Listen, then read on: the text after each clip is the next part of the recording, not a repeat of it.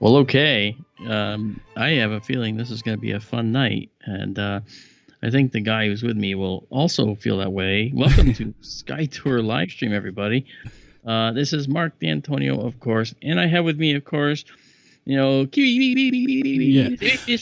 Let's not get it crooked. This is Sky Tour livestream, but we're also on P&K, so welcome to both people. I was about to say, I was introducing you and saying, hey, we're on we're simulcast on P&K Space Imaging as well. Yep. Yeah. It's Sky Tour livestream on P&K Space Imaging and vice versa. We are letting people in on the fun. They are here. That's right. That's correct. So for those of you commenting over in P&K. Oh, shoot. I better go over there and look at that, shouldn't I? So for those of you over there, come on over to Sky Tour livestream and hang out with all of us over here. Yep. That's kind of fun. Absolutely. So what are we doing tonight? Well, obviously tonight, all the equipment is still out at the Arizona site. We haven't gone live yet. So for those thinking, oh, they got an observatory tonight, I'm afraid not. Marianne, however, who is in the chat. Hi, Marianne. I was speaking to her today, probably for an hour and a half, maybe more. And she very kindly set up the observatory computer out there so we could do a simulated observatory run, and it worked great. So we have beautiful operational capability. It's fantastic, man. It's really good. So we are on it. We are on it. Yeah. Yeah. And of course, Keith, how have you been, man? I'm alive. Can't complain. Well, no one's going to listen anyway, but probably. Yeah. So I'll just sit over here in my corner. Yeah. And hello to everybody. Marianne, hello. And people from P&K, of course, Justin ERO, Eric Guevara, all you guys. We are simulcast on both channels tonight because we're just doing a hangout, letting people chill. It's not a well, it's always educational, but it's more like a kickback night. So everybody can participate, everybody can ask for stuff, everybody can chill. Our language is a little more laxed tonight, so forgive us. We don't have an agenda tonight. We just kind of wanted to hang out with everybody and see how everybody was doing. That's right. So that's what we're doing. Yeah, tonight is going to be a kind of a fun night, So we're going to play with a bunch of different fun things we like to do. This one we're playing with here is called Space Engine. Allows us to drive around the cosmos. We can leave the galaxy and go see trillions of galaxies outside of our own. That's fun. So you can see what's outside of our whole galaxy and cluster of galaxies that we sit within. It's really a lot of cool fun. Space Engine's really neat. It actually is pretty accurate. Right down to seeing the auroras at the North Pole when you head up there. So that's really cool and a lot of fun. So there's just so many things that we can do with this product. It's just a blast, And I want to say hello to everybody that decided to jump in here early with us. David Schmidt, of course. Hey there, how you doing? Cypher 2, Tara. Mr. Schmidt. David Schmidt is here from Bangkok area. Yeah, I can't say he's in Bangkok anymore. I think he moved out of Bangkok. Is that correct, David? Let us know. I received a beautiful New Year's card from David, all the way from over there, and I got a Christmas card, David. Yeah, mine wasn't actually. It wasn't a Christmas card. It was actually a New Year's card. Okay, maybe that's what I got, and I thought it was a Christmas card. But it's beautiful. It's gold. Yeah, it's beautiful. Yeah. So he sent me, yes, David. Thank you. Ingot. He actually sent me a gold ingot the size of my hand. The shipping must have been like horrible on that thing. Holy cow! Right? Yeah. Sure. I mean, it was worth about what, $50K, I think. But he didn't. He said he didn't need it. He didn't need it, so he sent it to me. Well, I mean, you didn't get it, did you? No, he sent me a Ferrari. He sent you what? A Ferrari. A Ferrari. Yeah, but yours was used. Hey, it was still a used Ferrari. Somebody soiled the driver's seat on that one. Well, me. So, folks, welcome. Hey, we're having fun. I want to also say hello to Renee Cruz is here, and I think that we have Don D is here with us. PG is here. You're the early birds. Thank goodness you guys showed up, because I would not know what to do if all you had to talk to was Keith. I'm telling you, the guy is a madman. No. Yes. Yeah. It's like Monty Python. No. And yes. You know what? For as much talking as we do, let me just say to both the P&K channel that we're live on right now, as well as SkyTour live stream, how are you all doing? Hope you all are doing good. The main reason for us to hang out tonight is just so everybody can just be a part of it. You can ask questions. You can ask them to go to different planets. Whatever you want to do, we're just here to hang out tonight. No agenda, no nothing. You might learn a thing or two from the man on the screen, but yeah, we're just here to hang out on a Friday night since most of us can't go to bars anymore. Well, for now, anyway. So yeah, hope you all are doing good. I have my glass of water here that used to be tea, but the ice melted. And I have my glass of tea here that used to be water, but Exactly. So I hope you guys are doing awesome. I mean, PG says we are great. Renee says magnificent, fantastic. That's what I want to hear. Awesome. And Renee, this is Space Engine we're playing with. It's really a real fun product to play with. I love playing around with this. I really like the fact that it's extremely realistic. It does. You get a weather report, and you get the actual clouds for that moment, and then you actually get the proper day and night cycle, which is neat. But you can adjust all that, which is neat as well. Cool, man.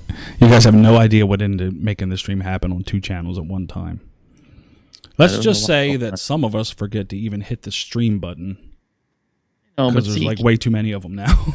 But you understand, Keith. You shouldn't feel bad. Every time, dude. It always happens. Like every time we go to stream, something's different. Whether it's OBS, Skype, YouTube, it doesn't matter. One of them's going to change it and make us hit a couple 4-letter words on the way in.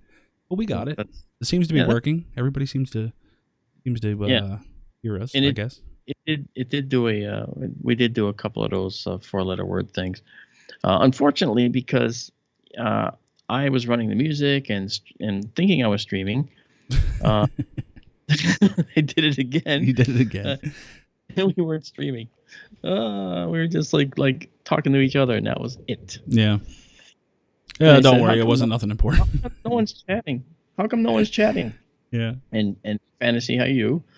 And it was well, Keith said, did you actually hit the stream button? He goes over in the broadcast software. I go, oh, wait. Oh, yes, that's what I got to do. Yeah. And I'm not even sure I'm streaming right now, but the fact that people are saying things and seeing things, well, I'm guessing that we are actually visible as well. I'm telling you, I got both channels up on the one screen because I got like one of those nice little wide screens I can fit like 2 full tabs on, and it's looking like everybody is good to go. Awesome. All right. I will say the P&K people are going ham with the thumbs up compared to the SkyTour. I'm just I'm not saying that we're better, but I'm just throwing it out there. It's going to be a competition all night. I don't know, not at all. You know why? Because you were there first. You deserve all the accolades you get. You built that channel from nothing. Something. I love it. I'm happy for you. You're the one that got me streaming. So hey, why would I turn on you? I mean, I would never do that. You're a good guy, and whether you don't tell people that, you're going to ruin my image. Here's an interesting shot. Look, here is the Earth, and right down here at the bottom is the Moon. At the realistic distance away that the Moon really is from the Earth. Not this to here, but actually, if we were to move away, from the Earth, all right, you'll say, well, wait a minute, what's going on? How far away is the Moon? And, you'd have to actually begin to spin things around to see just how far away the Moon really is, because, it's getting annoying. Look out. What's out? It's going right behind me. Oh, hold on. Yeah, I got to move out of the way. It's a little BB thing. It's a little BB thing, and it even gets further away. So let's just keep going. Let's also tell people Marc's front yard no longer has any equipment in it. Well, the dome has been sold. I sold it to a gentleman who wanted a dome. I finally designed a building that is going to handle automation much better than that dome. I have a problem with you about that. Talk to me about it. It's not really a problem. It's just more or less a question. Okay. I know when you opened up that dome, Yes. that it was considered the John Zach Memorial. Yeah. What happens with that? Is it still considered that even though you sold it, or are you moving that tag to the new place, or what? The tag will be on the new building. Okay. By the way, the new building is going to be modular, of a brand new design. I actually have a physics work through that I can actually show you guys of this actually doing what it's supposed to do. You can actually see how the roof is going to roll on and off. And it's not like the one in Arizona. It's very different. And we should mention also that none of this would be happening unless you guys thank that lady in chat, Marianne Robb. That's right. Or none of this would be happening with going out right. west and getting this whole thing set up. Without Marianne, none of this happens. So once we go live with this, even now if you want to, give a big thanks to Marianne Robb in the Sky Tour live stream chat. You let her know, because she's the one that's doing it. She's the one that's making it all happen. She is putting in the work. Yep, she is. Her and Tara. Yeah, Tara D in there. She is the other one. And I can tell you this, Tara and Marianne together, they make this happen. Without them, none of this would be happening. Tara's door is phenomenal. The door is a beautiful rendering of the Orion Nebula with STLS at the bottom, the Skytour live stream thing. She's a wonderful Arizona artist, extremely creative. See, that's how it's supposed to work. And just incredible. I think you should engrave Marianne's name on the post. Well, actually, we're doing better than that, because see, Marianne has been so instrumental in getting everything done that the observatory is being named after her. Nice. And it's being named after the person on whose land it is. So it's going to be called the Maudlin-Hain Observatory. Nice. All right. And that's the official name of the Arizona Observatory, Maudlin-Hain. And it has Tara's door on it. That's beautiful. I'm going to show you this now. What you're seeing on your screen now, this is the observatory that I'm putting in here. It's only an 8-foot by 8-foot building, but check out the roof. All right, it's going to be actuated by linear actuators, and it's going to do this. The hell is a roof? Yeah, not a roof, a roof. A roof? Yeah, a roof. This is just a rough rendering of the roof. I was wondering what a roof is. Yeah, well, that's a thing that's asleep back here. Anyway, that's how it works, guys. See that? That's how it's going to. Oh, hey, so that's how it's going to actually go on and off. It's going to have this really interesting little pivot mechanism. And then right down here is going to be a little tiny, like a plunger, like on the doors when they close, the things that keep the door from slamming, those little tiny plungers, they look like little hydraulic arms. Well, imagine that you put a motor in one of those and make it move out and in. That can actually push hundreds of pounds each. And the roof is only going to weigh about 200 pounds max, less than that actually. So it's going to push from right about here, and it's only going to push 12 inches, and it's going to take the roof all the way to that position. So once it does this, okay, now the telescope is in there. And this roof doesn't have to be flat like this. This roof can be arched. The roof can be anything to make way for the telescope. So the telescope can have a gorgeous view, right? Because this can be a humped roof. And then when this comes off, it'll just be roof. Yeah. Yep. It'll come off. See, when it comes off, it's going to go up into the air. See, it's not but, going to. But here's the thing. All you West Coasters, we better start hearing from you. Now, we know we're going to hear from Tara. We know we're going to hear from Marianne because they're there. They're in the thick of it. That's right. But our Texas people, California, Nevada, Utah, all around that area, if we happen to get out there, we better hear from you, and you better make a little car trip. Oh, we're going to be out there. I'm just saying if we decide to have a big drunken party in the desert. I'm not saying we are. A big drunken We definitely are. I'm not saying it's going to happen. It's definitely happening. Just make sure you keep in touch. Yeah. And I don't even drink, so I'll be the designated. Well, I'll be the guy that pulls your face out of the sand. Oh yeah. I don't drink either. That's a total lie. That's like that Jim Carrey movie, Liar Liar. You know. Hey, you look positively ugly today. Yeah, you know where I got that from? I got it. Was it Deadpool movie?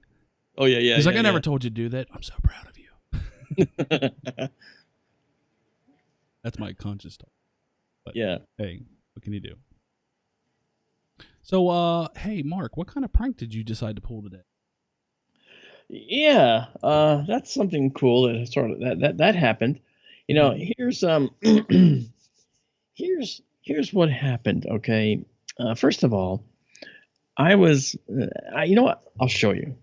I'll actually show you. I can show you what I did because I'm sharing my display with you guys because I think it's kind of cool. And I'm just gonna open a new window. All right, and now imagine this. I actually had I had taken uh, my computer for the observatory out there, and I sent it out to Marianne, and for storage out there. And of course, she was amazingly happy to do so, and I really liked that. I thought that was really wonderful of her. Well, guess what? I had to test it. Now, I decided I was going to do the test, but I was going to do a little switcheroo. And the reason I did this, and I'll tell you what I mean in a minute, is because when I was out there, Marianne lets me use one of her vehicles to go out into the desert. And when I drove out into the desert, it was beautiful, shiny red, clean, looked beautiful. A nice expedition, beautiful fire engine red. Well, I drove it out there. And when I got out there, I had gone through some arroyos, those dry river gulches, and ran over a couple of little rocks, which I thought clunked underneath. I was like, oh no, what happened? I was being careful, very, very careful with someone else's vehicle. And I also scraped a couple of cactuses that were the bushy kind. Irresponsible. I was going, down the sides, like, oh no. And I stop and, get out and look to see what happened. I didn't see anything. Yeah, Marianne says this is all old news. We want to know what happened today. What did you do to poor Marianne? I have to set this up because now you'll see where it's coming from. Okay. Now, get to the point, D'Antonio. I come back to her house after going to the desert and taking care of things. A couple days later, she comes out, looks at her car, and goes, "What the heck did you do to my car?" And I looked at it, and as I'm sitting here today, it was covered with scratches. It had scratches everywhere. And she walks around the car with this look on her face like, "What have you done?" I mean, this is a cop now. I was seriously thinking I'm in trouble. I got to get her a new paint job. That's what I was thinking. And then she looks at this dent in the rear quarter panel and says, "This wasn't here before. What is this?" I go, I did hit a rock, and I was all nervous. I was like, oh no. So I'm thinking, okay, I'm rapidly adding it up. 5,000 for the paint job, 4,000 for this. Oh my gosh, got to repair that. And she let me go like that for like, I'd say 15 minutes. Marianne, you know best.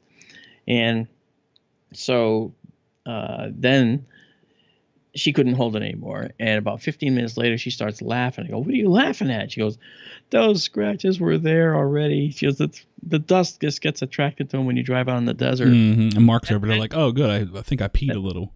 That did. The dent was 2 years old. She's laughing. She's face red with laughter. Mm-hmm.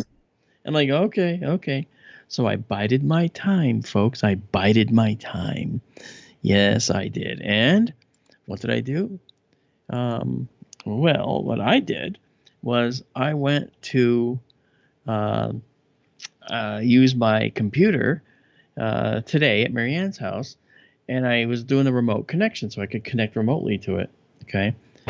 And as I said to Marianne, I go, "I can't seem to get in. I don't know what's going on." And she goes, "Well, wait, what do you mean? What's going on?" I go, "I don't know. Every time I try to get in, something happens. It says I can't get in." And I said, "So I can't get in." And so what she looked at the screen, she saw this happening. Okay. She saw some hacker typing code in. Okay. Doing this thing. And I'm like, "No, what?" And I go, "What do you mean? What's going on? What are you seeing?" And she's pointing her camera at the screen saying, What's happening here? What's going on? I'm going to shut this down. I got to shut this down." I go, "No, I don't know. Wait, let me see what's going on. Let me try to read what's going on." This is the second one. There was another hacker site that I brought up. I can't remember what the name of it was. Oh man, I can't remember what the name of it. What did I do? RedTube. No, yeah, Oh. no. What was it? Was it? It wasn't this guy. It was. Oh man. Uh. Oh shoot. Anyway, but it was showing code that was typed in. It was also showing the same type of thing down below. All right. This is where if you type really fast on the screen, it looks like you're actually a really, really fast programmer, and it's all fake. It's all baloney. And she saw this and she's panicking. And I'm not letting her shut it off because I'm like, no, I got to see what this is doing, And she's showing me with her camera from her phone. And I go, what the heck is that? And she goes, I don't know, dude. I got to shut it off. She's getting panicky now. And I'm sitting there trying not to laugh. All right. And then I gave it about, I'd say 15 minutes, about the same amount of time that she gave me with her car in the driveway. And then I said, I let on. I said, Marianne, that's funny. It's like, this is hilarious. I go, I know. I go, wait. I said, I know what's happening. And she goes, what? What's happening? Well, to understand this, we have to go back a couple of years to when I took this red expedition into the desert, and you let me think that I'm the one that got it all scratched up.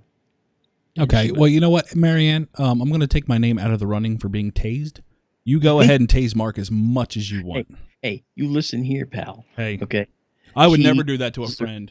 Never me, Marianne. Oh yeah. If she told you that you scratched up her car and she knew that it was a bald-faced lie because she was just trying to get you to worry and get you panicky to just play a joke on you, I would have loved it. And then it was funny. I couldn't stop laughing. It was hilarious. And I just thought to myself, someday she's gonna be laughing just as hard when I do something similar. And you should have seen her face. Yeah, for anybody that hasn't met Marianne, she is fantastic, and right up my alley with being a prankster. Yeah, that's right. She's really good. Oh, the memories we're gonna make. It comes from being a police officer, I think. Where you have these days of unmitigated boredom followed by days of unmitigated terror, and so blowing off steam takes, it takes a little, out of you, but you have to do something, right? Agreed. So I think that's awesome. I thought it was funny. She thought it was funny, and it was hilarious. Like 10 years from now, we're going to be like, yeah, and then Marianne played this prank on me where she shot me with a 45 in the kneecap. I thought it was hilarious all the way to the hospital. Yeah, well, that's true. I mean, we were actually, it was just a prank, Nobody got hurt. Bad. That's good, though. I mean, I don't know. I think Marianne is holding up, having a couple things up her sleeve ready for you. And I'm sorry, Marc. I mean, I know we're friends and everything, but she has proven herself to be a good one, and I might just sit back and let it happen. Yeah, I'm not so sure I'm going to be ready for it when it does. But seriously, guys, if we decide to do like a thing out in the desert where we're going to do the thing, we'll definitely stay in touch. We want people. And I'm talking both streams, both Sky Tour and P&K. Yeah, we definitely want to have people come visit us and so forth, and that'll be a wonderful thing. We'll we can be happy to. Completely blitzed. Marianne can draw our picture in the sand with that little chalk thing she got. And yeah, what's that? She can let you take turns with her gun. Yeah, I mean, Rockstar can pass out in the middle of the desert. We'll put some cones around him. No problem. We'll have a grand old time. We'll have a crime scene contest to see who has the best in crime scene. Right? Yeah, that's right. Fantasy said he'll be there, so there's one. There's one. We might just have to go to California and get Rockstar and just drag him out into the desert, I guess. You think so? Yeah, I think we're going to have to. And Ian, you might as well just hop on a plane, mate. Ian Kendall, is he here? Is he in our stream? Yeah, Ian is in your stream right now. Oh, Ian, how you doing? Marianne's in both.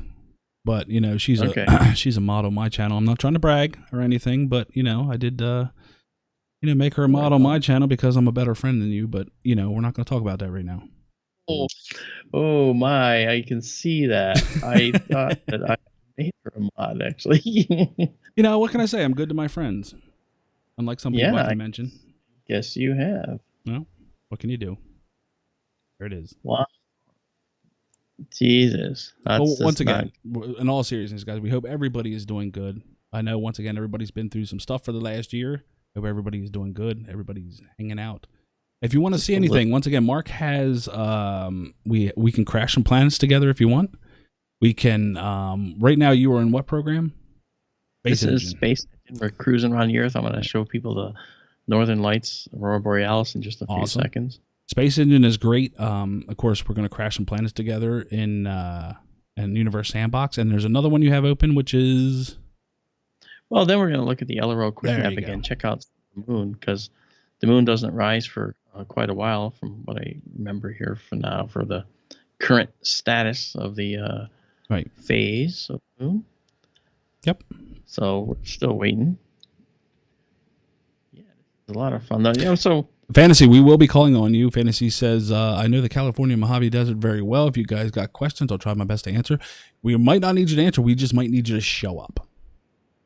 That's all. There you go. Yep. There you go. Hey, Nick Smith, how are you? Yeah, Justin T. Justin, we definitely got to get you out somewhere. Yeah, no kidding, huh? Absolutely. If anybody deserves to get out and do something, it's my man, Justin. Think so? Yeah, absolutely. I mean, dude, I don't want to go into the personal stuff, but if I had to go through half the stuff this poor guy has, I mean, there's a lot of high bridges around here. That's all I'm saying. Better man than me. Yeah. You're the man, Justin. I admire you, my friend.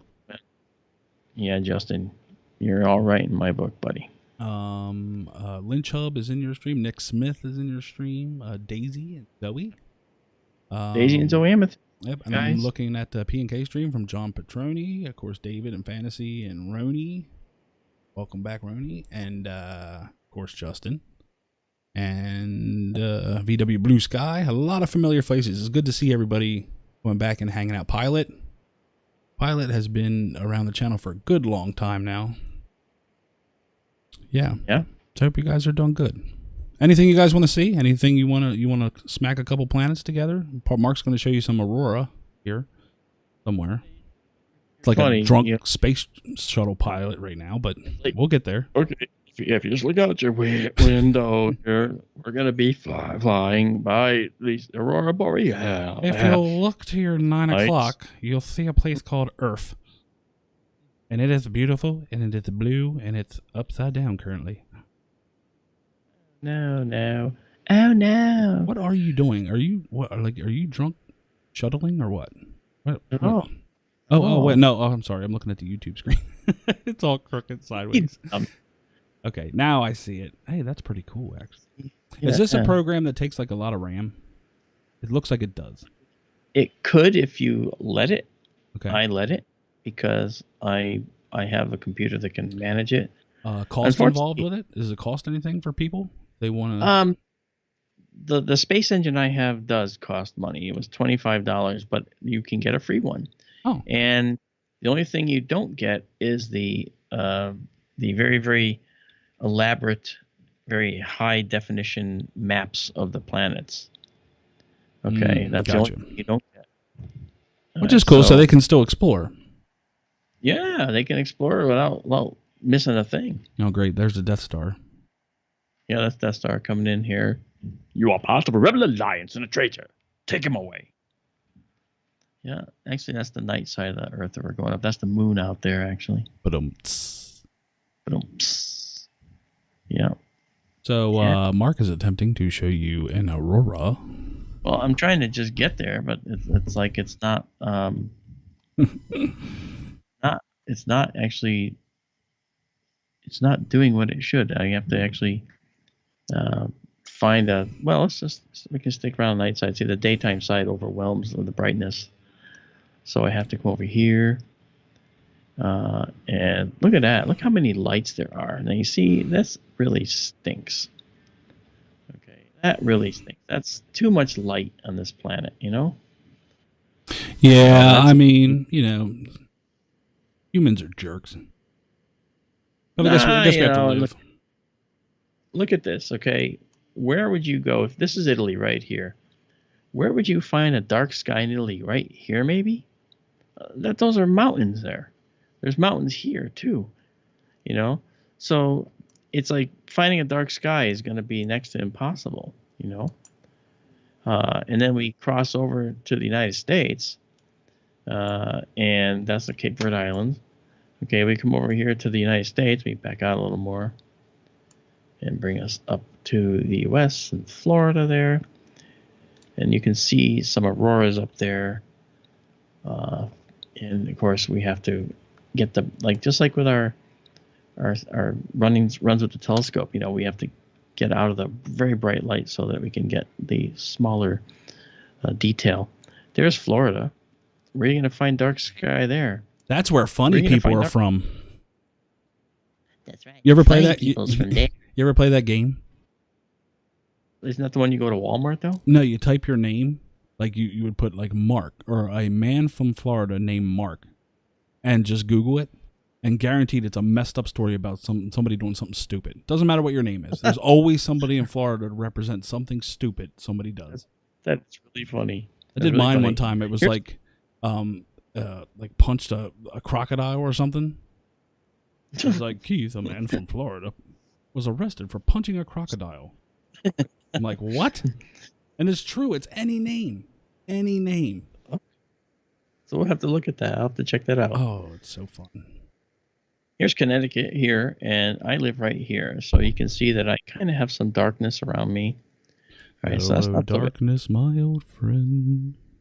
Yes. And look what's up there. Light spikes.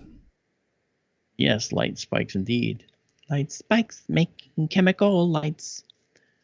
Yeah, this Teddy was asking you, when we go to Universe Sandbox, if you can make a Planet X of sorts, various sizes, wander through the solar system. He just wants to see what happens when this marvelous Planet X that these conspiracy theories come up with. And you know what? Well, I think we've done this before just to prove to people that if there was a Planet X and it was a brown dwarf, perhaps, that it would be affecting us decades, if not centuries, ahead of its arrival. Oh, millions of years, yes, it would have affected us. Yeah, see, this actually represents the auroras quite nicely, because the auroras do look like this from space. And Ian said, "Show Liverpool." Well, I don't know where it is relative to on the map. I'm sure he can. My guess would be England somewhere, Mark. Yeah, I figured that out too. Right near Stonehenge. Okay, just making sure. You know, they don't call me Mr. Map Man for nothing. That's a lie. They don't even call me that. But let's just go with it. I know that. It's okay. Oh, I believe you, Keith. No, I don't. Yeah, right. So there's the auroras as seen here on the Earth, and that actually is pretty cool. Can you believe I've never, that's on my bucket list of things to do before I die? I want to see auroras. Like, we have chances down here in Pennsylvania, but it's very rare, and there is actually, since I am in the middle of like Amish country, so you think I'd at least be able to see a little bit. Never happens. Yeah. You know, it's just I want to go like somewhere and actually do the aurora.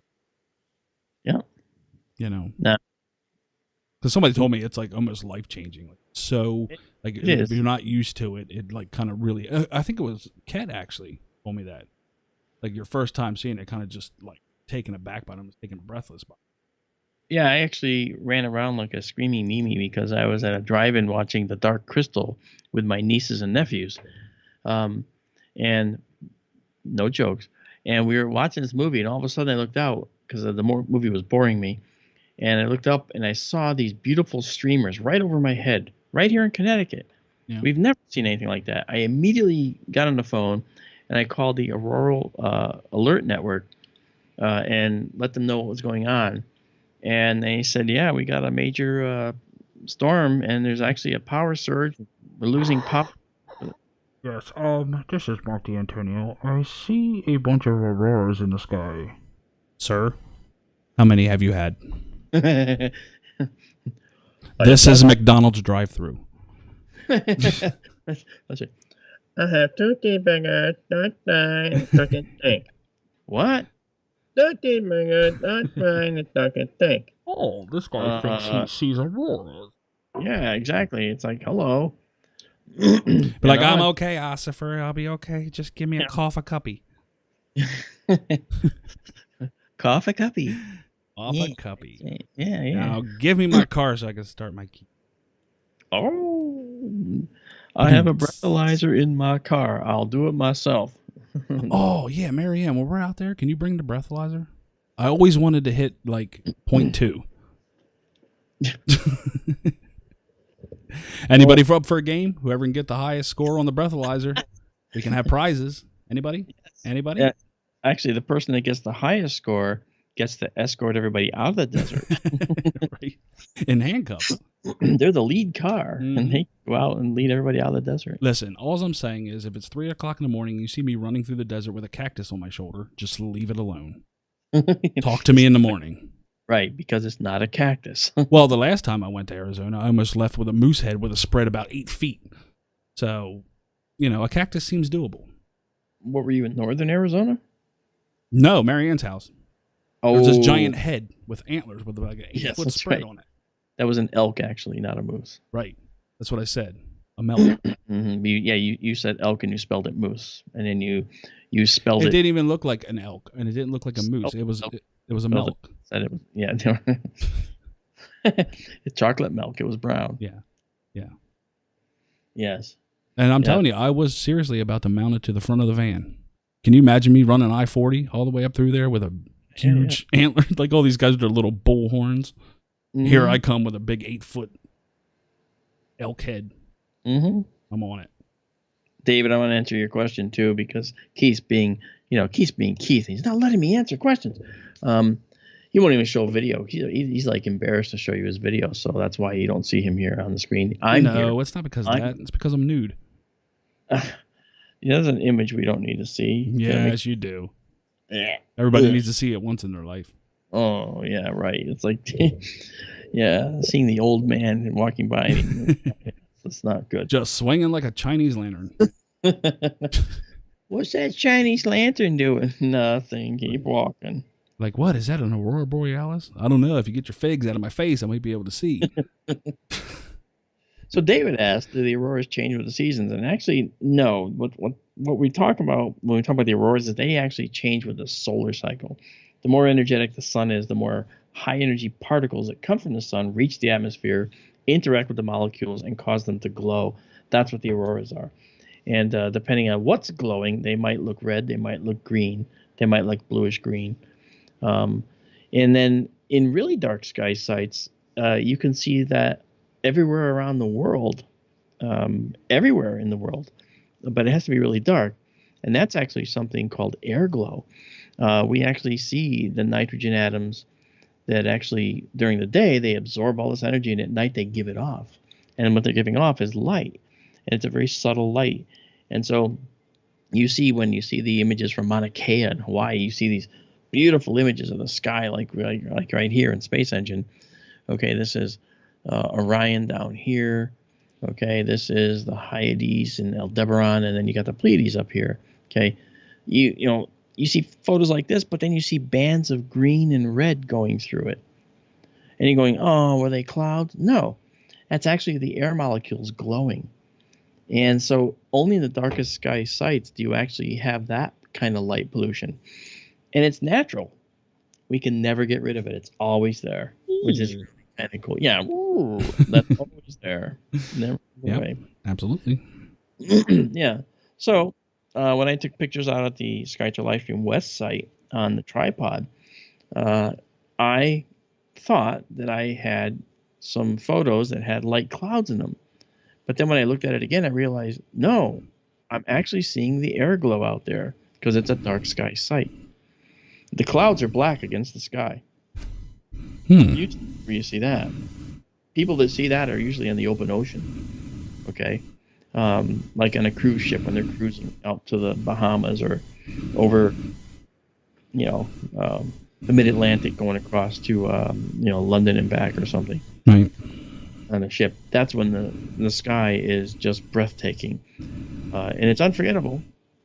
It's unforgettable, So why not, set up a telescope? Now people say, well, why don't you ever bring a telescope onto a ship? That'd be great, huh? Well, because the ship's always doing this. Do that again. It's rock. That is so awesome. No, it's not. It's really funny. Yeah, as if. So. Whoa, easy there. Yeah.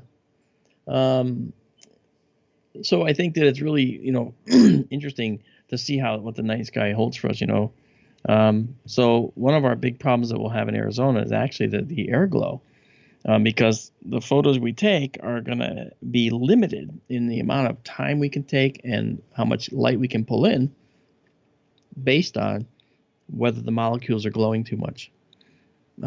Something around here that we never, ever worry about, never have to worry about, So it is kind of interesting how that works, Now, in this particular program, the stars are always glowing and the air is never glowing, right? So we don't, because we're off the Earth right now.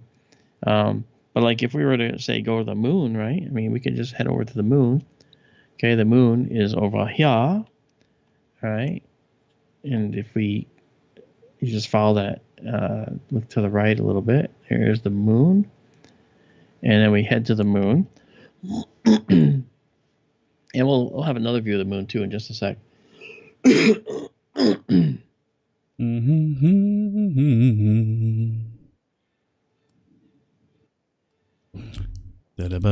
Oh, you know what? Oh, that's right. I do have that effects box. Oh. No, I won't. Oh. Because the audio is kind of weird, and I have to, it's been a while. I have to adjust it and everything. Maybe I'll do that for the next stream. All right. So you guys, I hope you're having fun. Rockstar, it's good to see you. My man, Rock. There he is, man. Yeah, I don't get to, a lot of times when we're streaming, I don't get to talk to a lot of people very often.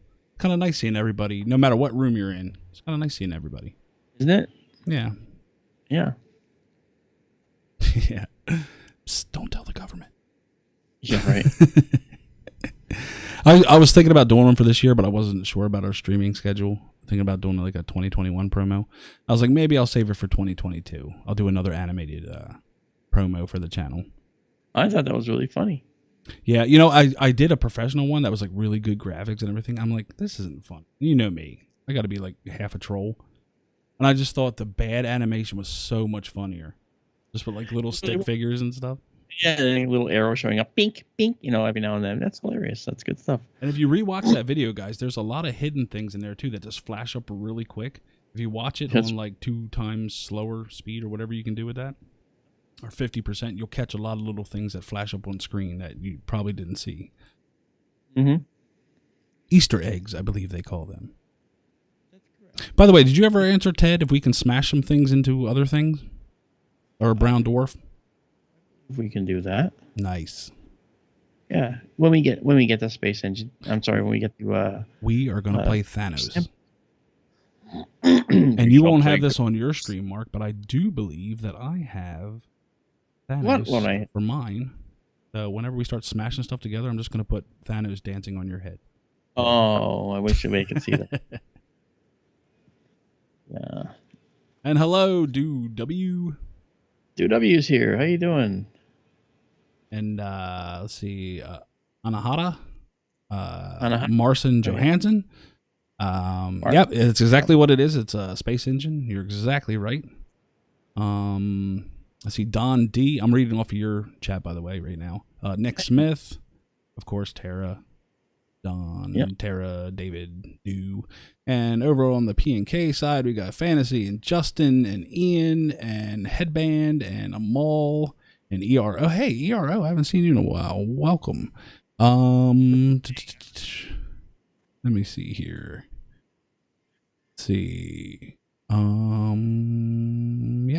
And Renee. Sorry if I'm missing anybody. Renee Cruz, yeah. Yep. I just scrolled up a little bit. But yeah. All right. So yeah, guys, if you want to know anything, you have any questions, you want to go see certain parts of the moon or certain parts of the solar system or the galaxies, or you want to, throw a couple rocks at a couple planets, let us know. That's what we're here for. You're in charge tonight. Mark said he'll be giving away. He's going to give away a globe tonight. I'm lying. He didn't say that, but As soon as I get mine, I'll let him give it away to anybody he wants. Funny. I'm getting the mold made actually in the coming week. So. Cool. Yeah. Yep. Oh, cool, Mark. We got our first gay comment of the night. We did. Are these two guys gay?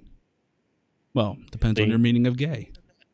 I don't know. Somebody in chat. I guess they think that in 2021 it's cool to troll YouTube channel. Oh. Wow, I didn't see it. Hey, we'll be whatever you want us to be, buddy. It's actually no, we won't. That's not going to happen.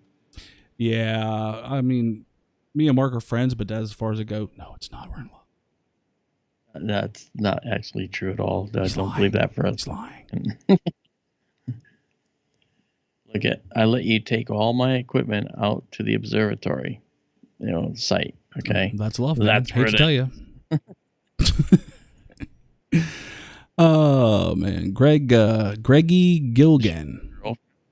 Hey, here's a good question. Greggy brings up a very good question because I have a lot of people ask about this.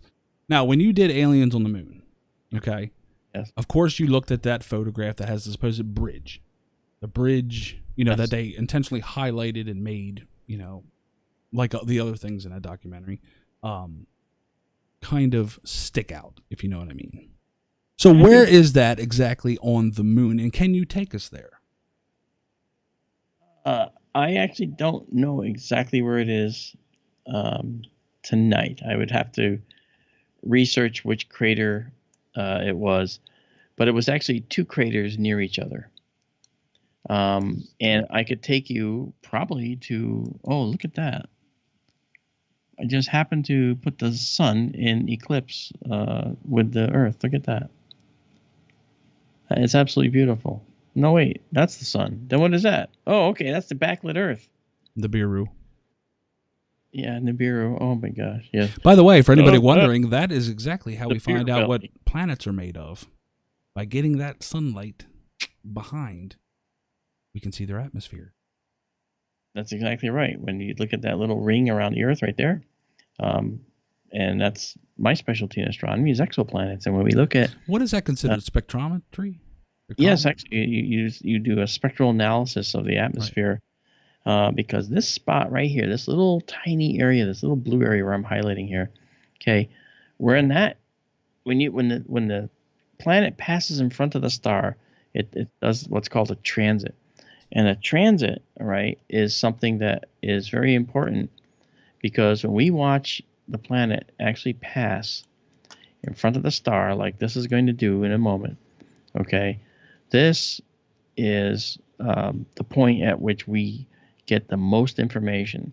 So as soon as the Earth, for instance, or any planet passes in front of its star, let me see if I do it this way. Is this better to do it this way? Where is it? Tell you what, Mark, you figure that out. Fantasy, I did look back. Let's see. It says, if attention at a feature, if you can add a microphone or some alert on screen when you start speaking. You mean like almost like a little button or something that like lights up that tells you? I know there's a couple chat programs that do that. Yeah, like Zoom does that. Yeah. I think it would come in more handy like if you had more people on, but if you don't see Mark's lips moving, it's probably me. But I am a very good ventriloquist, so never know. And by the way, I found out a new venture physicist. Yes, you're right. I have figured out something that Tara wrote that her favorite crater is Humboldt. Humboldt crater. Yeah. Huh? I'm actually like writing stuff down from both chats so I don't forget and who said it. So I'm trying not to leave anybody out. So Humboldt crater. If you don't hear me mention you, that means I didn't get a chance to write it down, or you might want to ask again, just in case. Marcin Johansson in your chat says, what about the Kuiper Belt objects? What would it take to build outposts on those worlds? Ooh, that would take Marcin, that would take quite a bit because we don't have a way to get out there in any kind of reasonable time yet. That time maybe at some point we will, but right now we don't have any way to get out there in a reasonable time. It took us 15 years just to get to Pluto, and another several months to get to one of the nearer Kuiper belt objects, which was that amazing double pancake, if you remember, Ultima Thule, that was out there. Mm-hmm. So, in fact, let me see if Ultima Thule is in here. Yes, it is. Let's go out to Ultima Thule just to show you where it is. This is the moon we're at now. And Ultima Thule is way out here, and it almost looks like it's among the stars. Okay? But it's not. If we say go to Ultima Thule now, we can see that we're going out now 40 AU. We just passed by some of the outer planets. Now we're at 20 AU from it. Over here, I'm looking in the upper left corner. 7, 6, 5, 4, 3, 2, 1 astronomical unit. Okay. And then boom. Here is this beautiful double asteroid. It's called a contact binary. And the reason it's called this, and I see the shape is weird, and it is definitely a weird shape.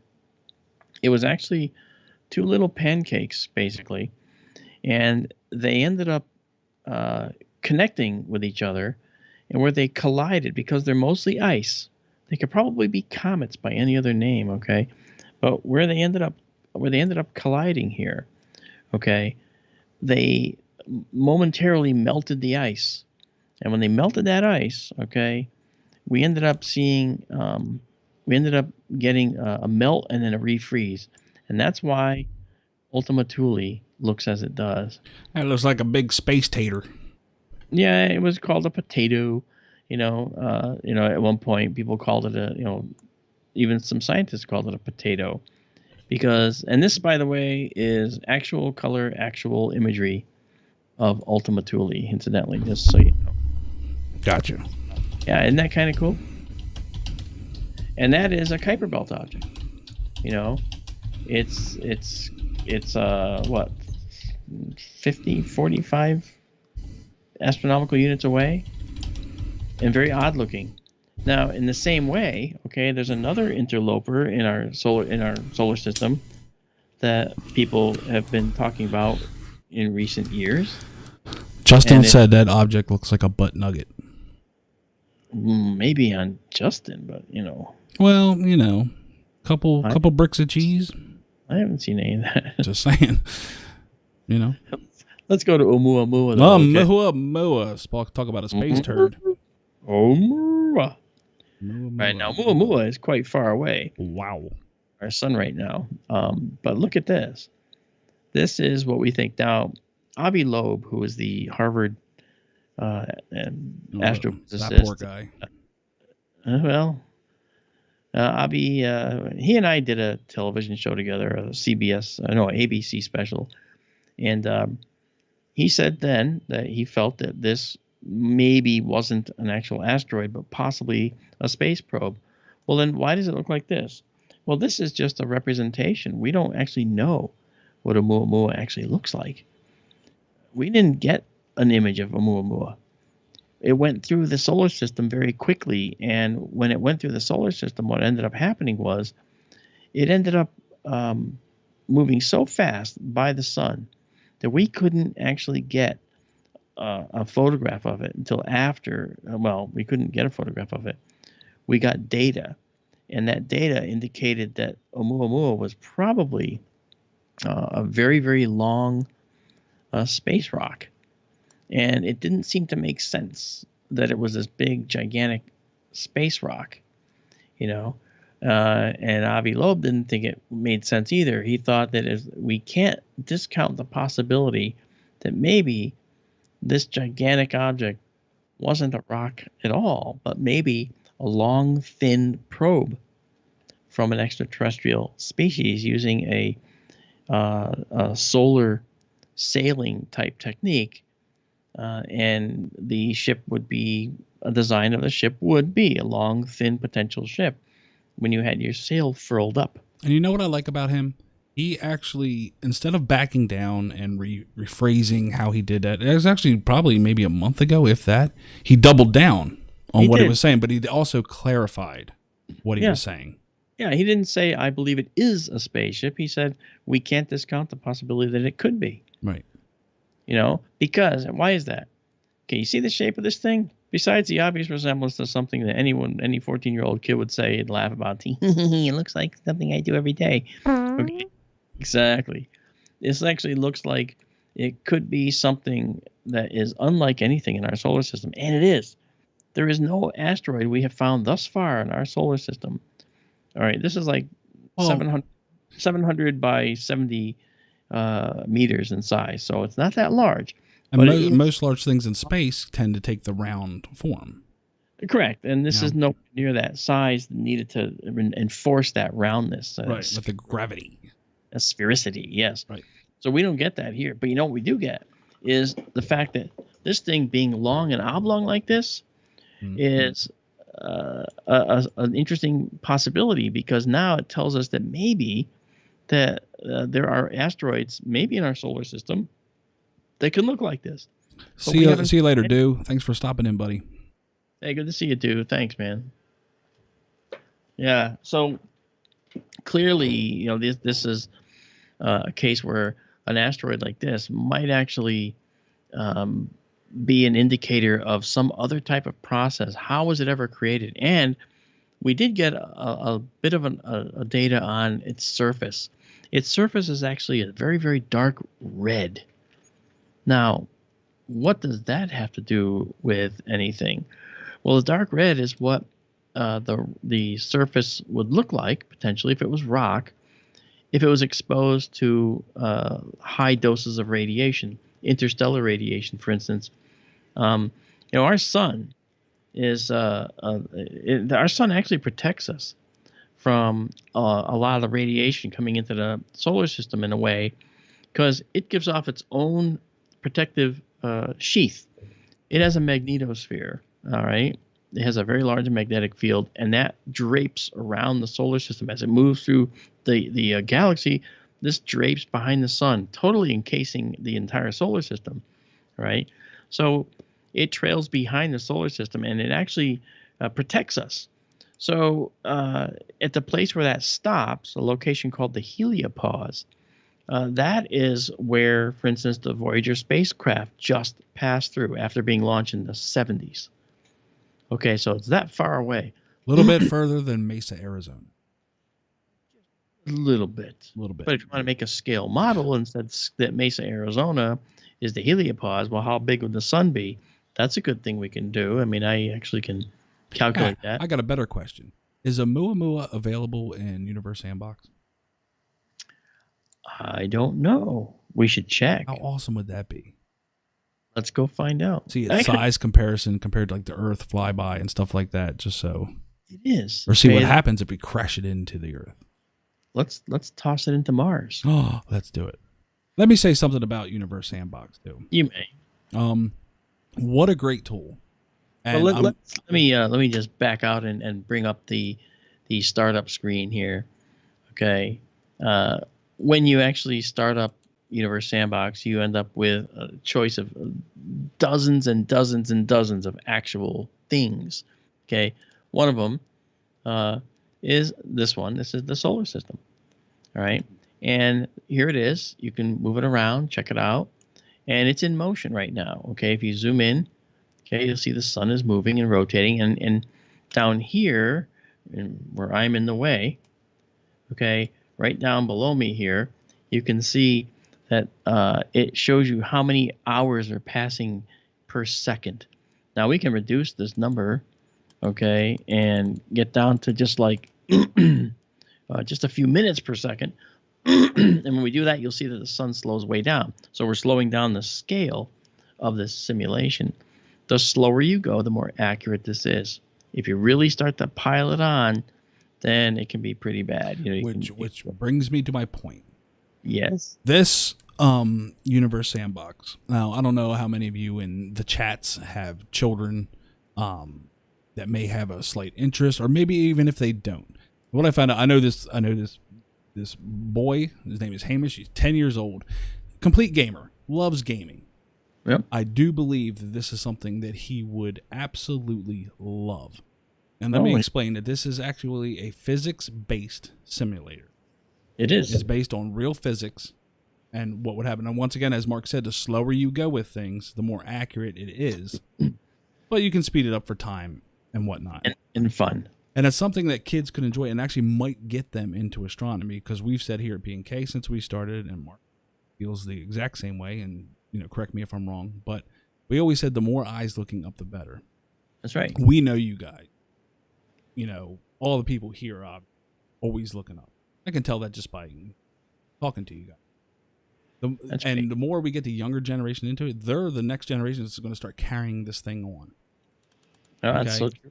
And to start them out with something like this that they can treat as a game and just for fun, start smashing stars into stars or planets into planets, or seeing how gravity affects solar systems and stuff like that, and them to get that curiosity built up to find out why things are happening and start questioning why things are doing what they're doing in this game, because once again, it is based in reality. It's a reality-based physics game. It will pique interest, and it's something that parents can let their kids do. No, and because everybody, you have the games with the guns and, between Fortnite and all that stuff. But, I mean, how awesome is it just to take two giant planets and watch them completely destroy one another? Exactly. Not only that, but there's so much more you can do besides making things collide. You can build your own solar system. You can build your own planets. Right. And learn how it all balances. Yeah, it's really cool. You can learn how to build a planet and what you need for water, what you need for ice caps, what you need for an atmosphere. You can see how life would evolve on these things if you just tweak them little bits here and there. If any of you have children, I highly recommend this Universe Sandbox 2. They do have a first one, but the second one's so much better. And you can get it, I believe, on Steam for PC. And I do believe they are coming out with a version for it for PlayStation 5 and Xbox One. Is it? Is that the new one, I think? Or Xbox something? Xbox X, or I don't know. I'm not an Xbox person. But because those processors can handle a game like this, without the shortcuts and everything. So if you want a good gift and you want your kids to learn and just go ham on, astronomy or, whatever you want to do, this is definitely a pickup that you have to have. Keep them busy for hours. For sure. That's just my take on Universe Sandbox. Oh, it's a fantastic game. I say game, but you can actually show whole galaxies and watch how the stars interact with each other if they colliding galaxies. And you need a fairly fast computer to do any of this, but that's okay. Yes. Most people have fast computers now. Yep. And we're talking you don't need a super fast computer. Quad core is fine. It'll do it. If you really if you have a gaming computer, which a lot of kids do these days, and of course, which now the PlayStation 5 and the Xbox are getting into that processing power, you shouldn't have any problem. Correct. It's just a really good tool to have, especially if you want to get a kid into astronomy, or you yourself. You don't even have to be a kid. If you and yourself just want to go around and learn some things, pick it up. It was I think I paid $14 for it on Steam. Yeah, actually, I don't know what it costs now because I've had it for so long, and once you have it, it updates. I have an idea, Mark. Why don't I contact Universe Sandbox and see if we can get a deal for people, like a discount or something, that they can be able to get the game at a discounted price. I think I can pull that off because I was in talks with them before. Oh yeah, that's you have talked to them. So maybe we'll do it through Astro Imaging Live, the 3 channels, and then anybody that uses, I don't know if it's a promo code or however they do it. Maybe we'll work that out so all 3 channels can offer it, so you don't have to be on one or the other, and see if we can't get this in more people's hands, because I believe they are working on Universe Sandbox 3 as we speak. That's going to be something good. It's going to be awesome. Yes, it will. Yep. Definitely worth it. Yeah, for sure. Now, it doesn't have to be as complex. I'm showing you some real complexity here because this is, I've got the Earth and I've got all these orbits showing and everything. Well, you don't have to have it that complex. You can turn those off if you want. and you can show other things. But I'm just trying to show the basics right now. Like if we want to just look at the solar system, these are the basics right here. Okay, all right, and so there we go. There's the solar system. Now let's try something. Let's go to Earth. All right, and here's Earth. Now, why is it spinning so fast? Well, because we've compressed time. If you look right down below me, you'll see it says 20 hours per second. Well, let's reduce that to about 30 minutes. Oh, you know what? We have a guy in the P&K chat. His name is Universe9. He says, my channel is dedicated to primarily covering Universe Sandbox 2. So I'll tell you what, Universe9, if you want to, go ahead and post your link to your channel. It might hide it automatically, but we'll get one of the mods to let it show. That way people can check out your channel for more Universe Sandbox, since we're not going so in depth with it. But if your channel covers something like that, absolutely post your link up, or somebody get a link. One of the mods get a link for him, so we can post him up and send people that way to check it out even deeper. Right, and for those of you in P&K that haven't become a member of SkyTour Livestream, come on over and subscribe and post a link in our chat. Actually, you know what? I should do that. I'm going to pin that comment to the top of the chat in case anybody wants to run. Because let me explain once again, this is for the new people. Everybody that's normal, know this. Myself and Paul, we handle the moon, local planets, and stuff like that. We stream that. Not all the time anymore, but we still do it. Marc here handles the faraway stuff. Plus some, moon when it's out and stuff like that. But and galaxies. Yeah, galaxies, stars, and you're always going to learn something. And of course, we have Bill, New York Skywatcher, who handles the meteor showers, the wide field sky cam with some beautifully new equipment. I'm just blown away by how clear it is, and he just upgraded everything, so he will be streaming in 4K very soon.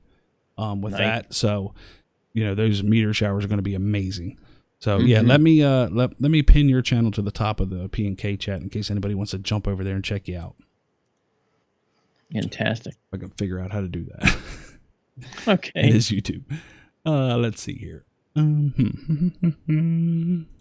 you know what we're gonna do? We're gonna launch Deimos at the Earth.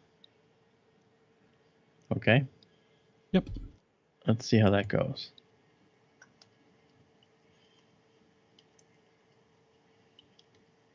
Where'd it go? You lost it. I guess I did. I'm crazy. What happened here? Oh, no, it hit. Just took a while to get there. Okay. I have to slow it down, too. There we go. I think I did it. All right, yep. So here comes nice. Oh, I see. Bye-bye, Earth. So here's Deimos. Here we go. Here we go. It's coming toward the Earth. Doom, doom, doom, doom, doom, doom. Dun, dun, dun, dun, dun, and for anybody that hasn't, make sure you are on 1080p. We are streaming that tonight. Yes. Sometimes YouTube doesn't put you there. They put you on 720 or 480 or 360. Just make sure you're on 1080p if your internet can handle it. And look at this. Here we go. And now you just want to make that bomb noise. Well, actually, the sounds that this program has, these do make sounds.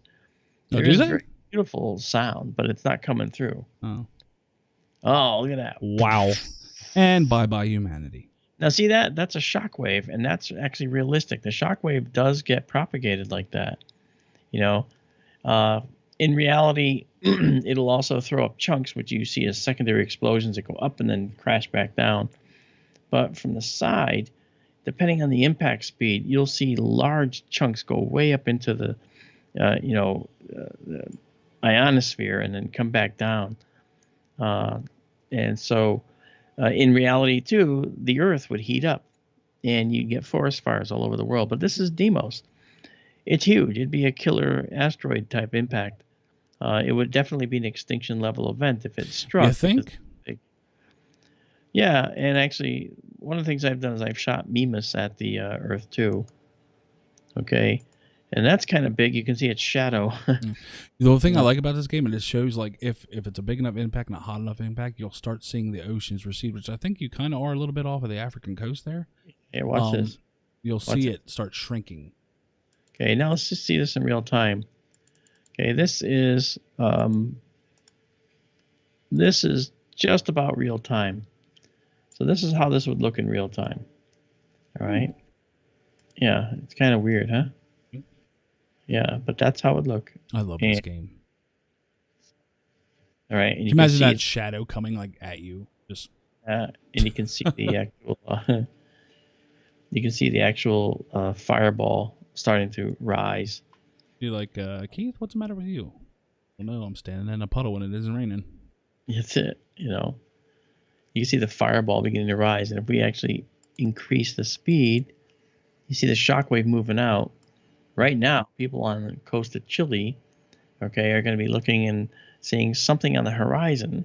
They'll have seen it crash, but then because of the circularity of the Earth, they're not going to see the shockwave arriving, right there for quite some time. And right? a big wave. No, there'll be a tsunami of sorts for sure. A little bit. Maybe 4 or 5 miles high. Maybe at the source, yeah. All right. And then, okay, if we actually look at this now, you can see that there's particles, there's pieces that are being flung high up into the atmosphere, and they are going to come raining back down with ferocity. I tell you what, Mark, we got some good questions coming in on the P&K channel. You want them? Yeah. If those people in P&K come over here. Number one, Dang Joss says, so we would all be incinerated before the asteroid even hit. No. Okay. Actually, it depends. Okay, here's what can happen. If it was big enough as it approached the Earth, if you were directly under it, then it's possible that in the speed at which it strikes the upper atmosphere, it would compress the air ahead of it enough to make a overpressure wave on the ground that could get very, very hot. So that'd be a relatively small area. Mm-hmm.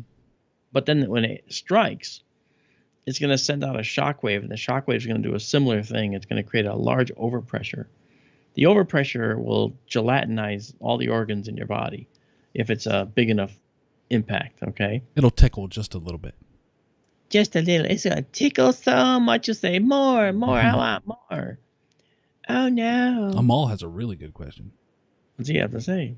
Amal says, how many moons would Earth need to have to change its center of gravity by a considerable amount?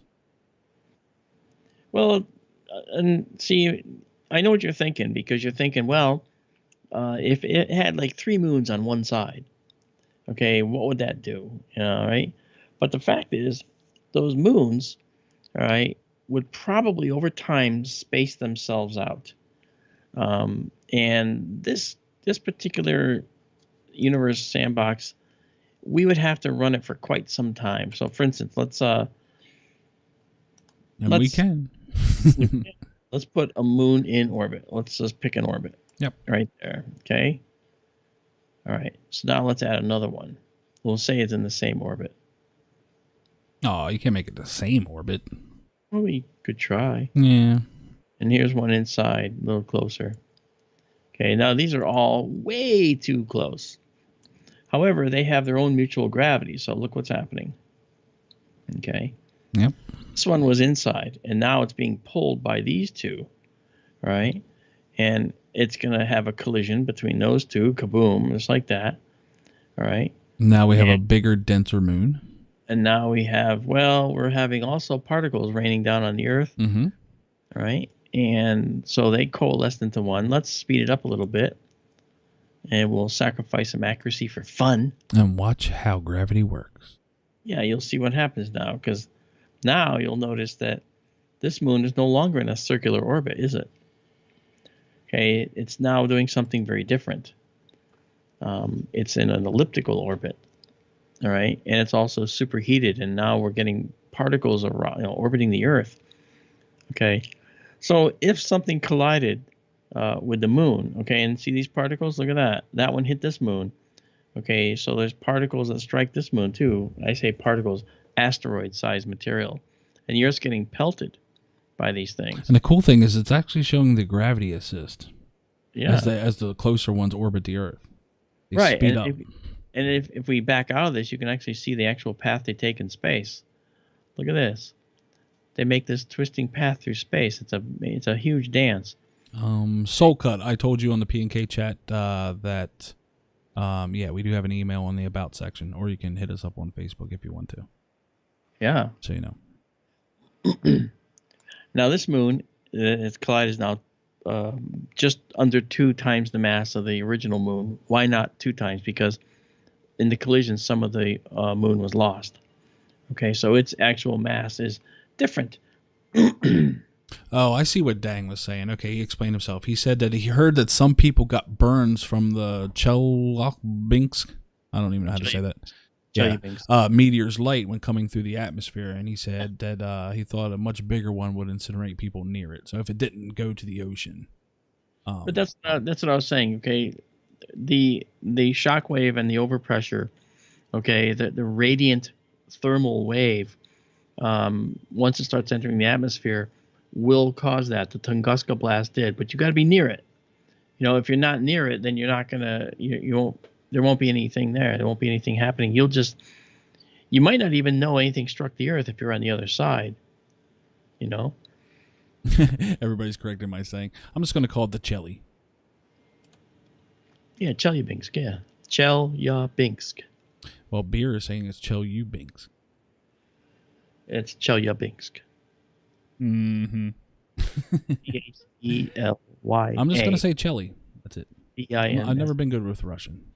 That's okay. Neither have I. Commented. Anyway. So, now, when these two moons, these are the mass of 2 moons, okay, that collided, right? Yeah, but did you mention the little picture up on the right? That's a cool thing too. Yes, this is a very cool picture. That actually shows you the up close damage. Yeah, and now if you look here, you can see the mass is 1.92 moons. See, because 0.08 of this, okay, went away in the collision in terms of the collision material, just blew it away, right?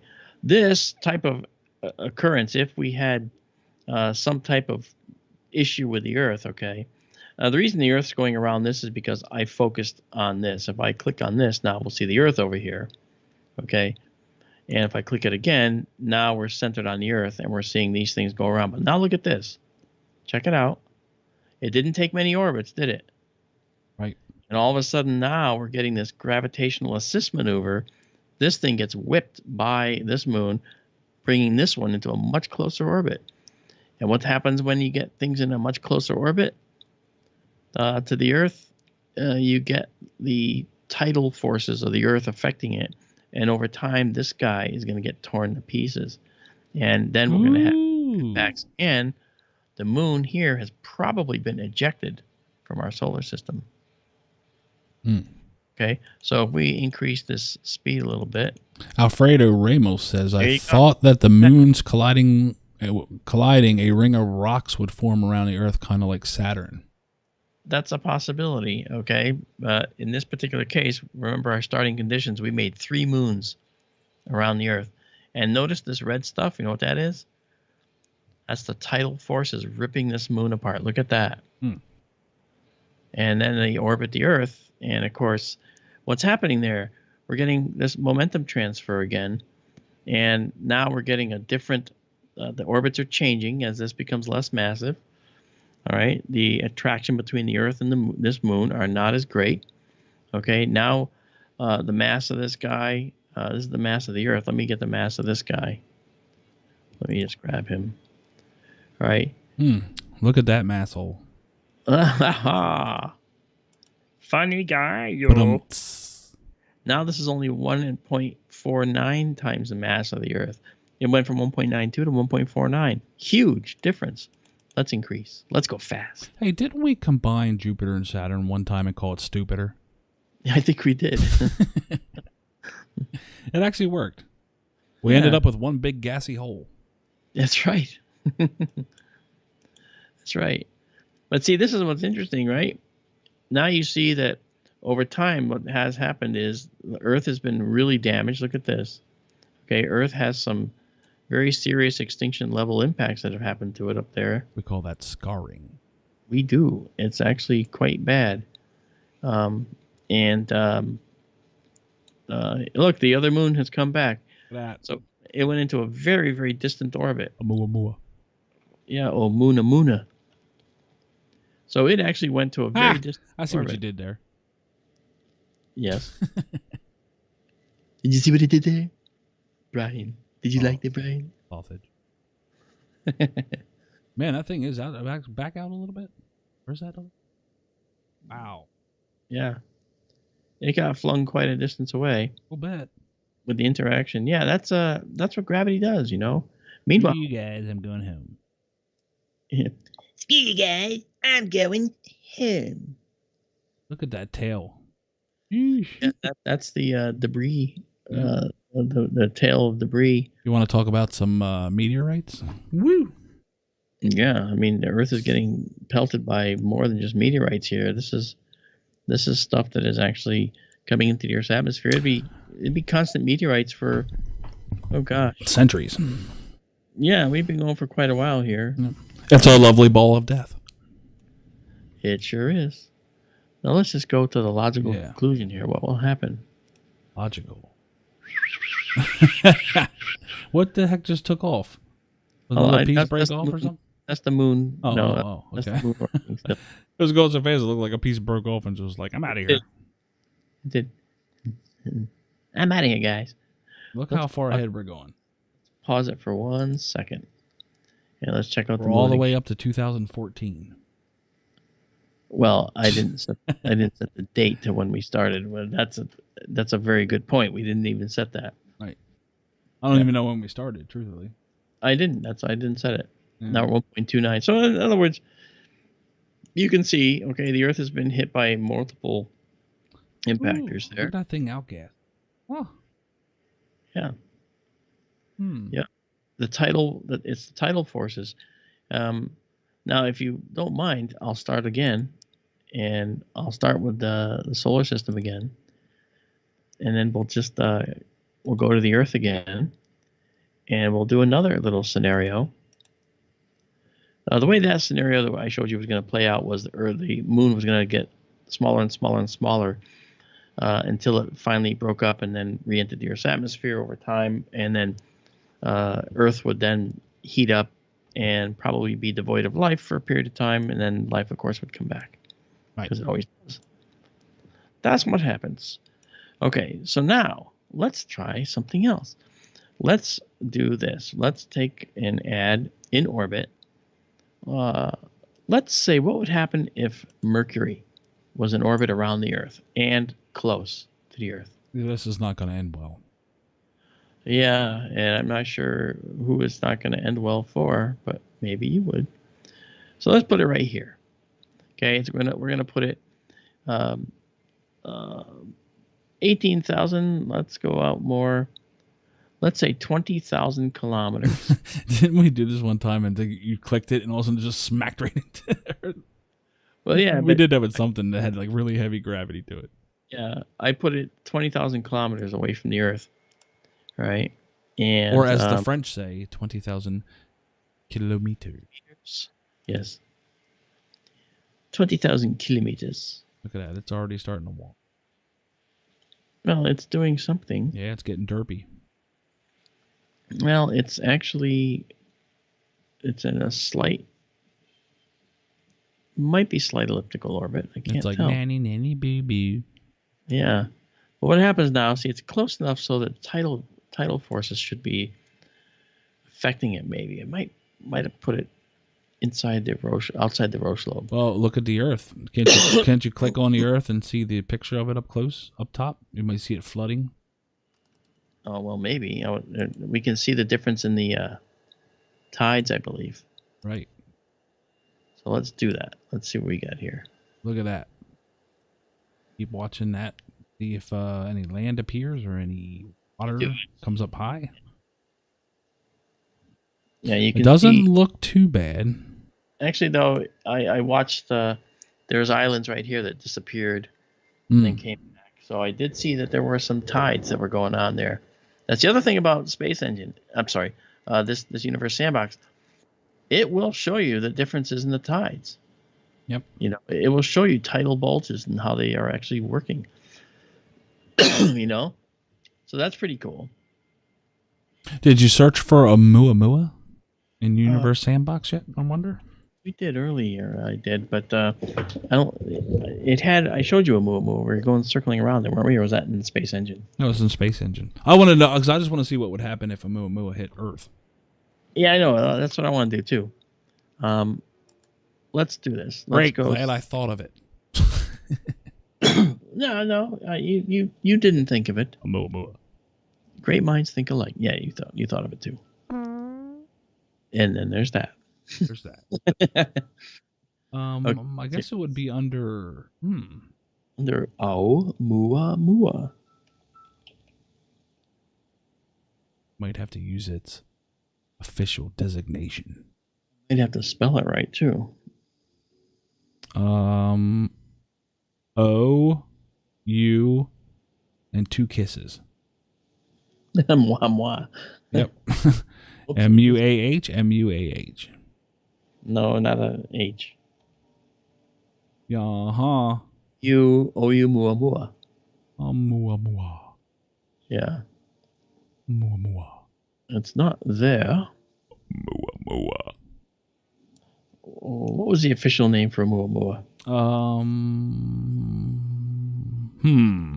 We'll find that. I don't remember. How dare you make me use Google at a time like this? I know. Terry Groff, brother, what's going on? Terry Groff. And Soul Cut. How you doing, man? Soul Cut. Yeah, you guys, I know that I'm not live with the Observatory and Skytour Livestream West yet, but we did do a computer test of the machine out there, and it works great thanks to Marianne Robb, who's also in the chat. So please show your love for Marianne. She has spent countless hours, weeks, months helping to organize this Skytour Livestream West facility. Okay. And I think that's great. You know, Donald Kunzer, how's it going? Let's see. Okay, what do we got? Let's see here. Yeah, so it's Oumuamua. And its official designation is... It is 1I 2017 U1. Okay, don't move on that, because I might have a better way of finding that. Hold on. Just type in space turd. Yeah, that'll work. Wouldn't you, dude? I would laugh so hard if it did. I know, huh? Because you know what? We almost got our conspiracy theory off the ground. It was being repeated on other channels, like conspiracy channels. We almost had them. Really? And if anybody doesn't know what we're talking about, me and Mark decided to come up with a conspiracy thing just to say during a stream to see if any of these channels, these conspiracy channels, will pick up on it and run with it. So what we did is we said that Schiller Crater on the moon is where Oumuamua was parked.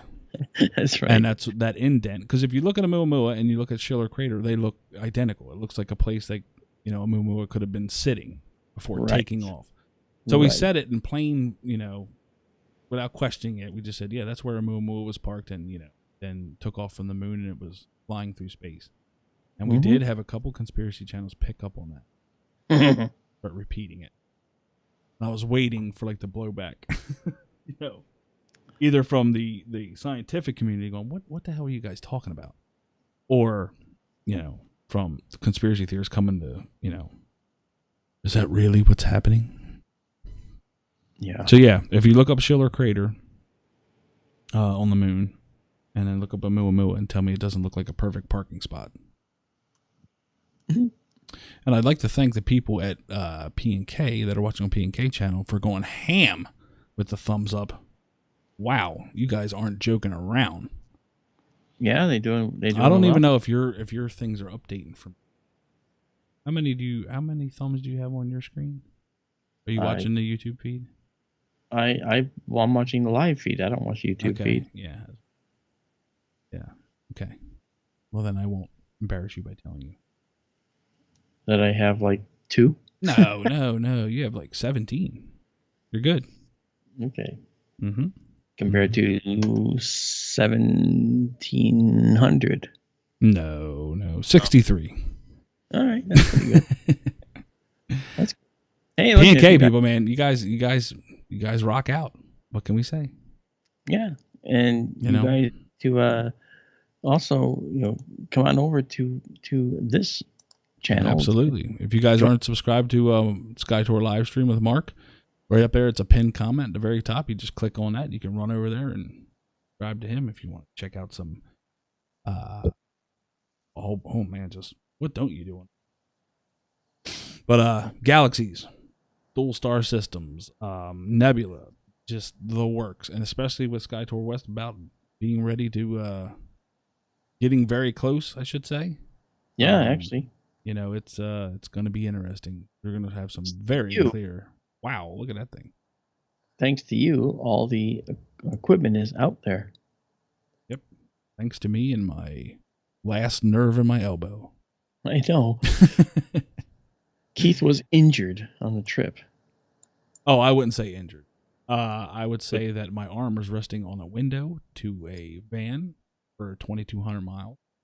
And 4,400 miles with 10 hours of sleep, and it just so happened a nerve slipped past a muscle and came on the outside. Now I have some numb fingers. Voila. It's all in a week's work. All in a week's work, resting on a window. Yep. I just don't find that to be. But I think next time I go out to out west, I think because I was even talking to Paul about this, and we were talking about Marianne. Yeah. Who's I might have left by now. I know she said bye in your chat there. She's that gone. we were gonna try to do a 2-week out that way. But see, we like Paul likes to go in like October.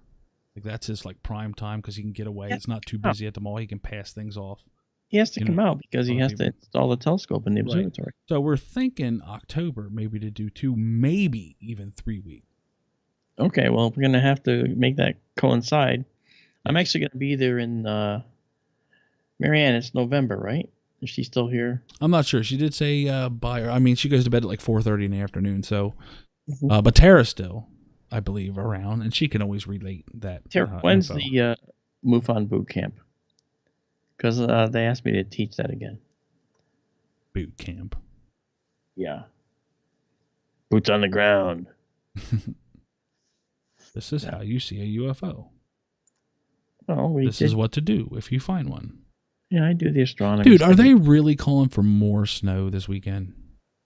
I'm afraid so. I got 15 inches and I have 6-foot drifts out there right now. And I had, it's amazing. The plow truck got stuck in my driveway. Nah. Well, I mean, a guy, not my truck. You do have a weird driveway. I have it's 150 feet long. I have a. Well, not that. You have that like kind of like a little dip at the bottom where you start heading up the hill.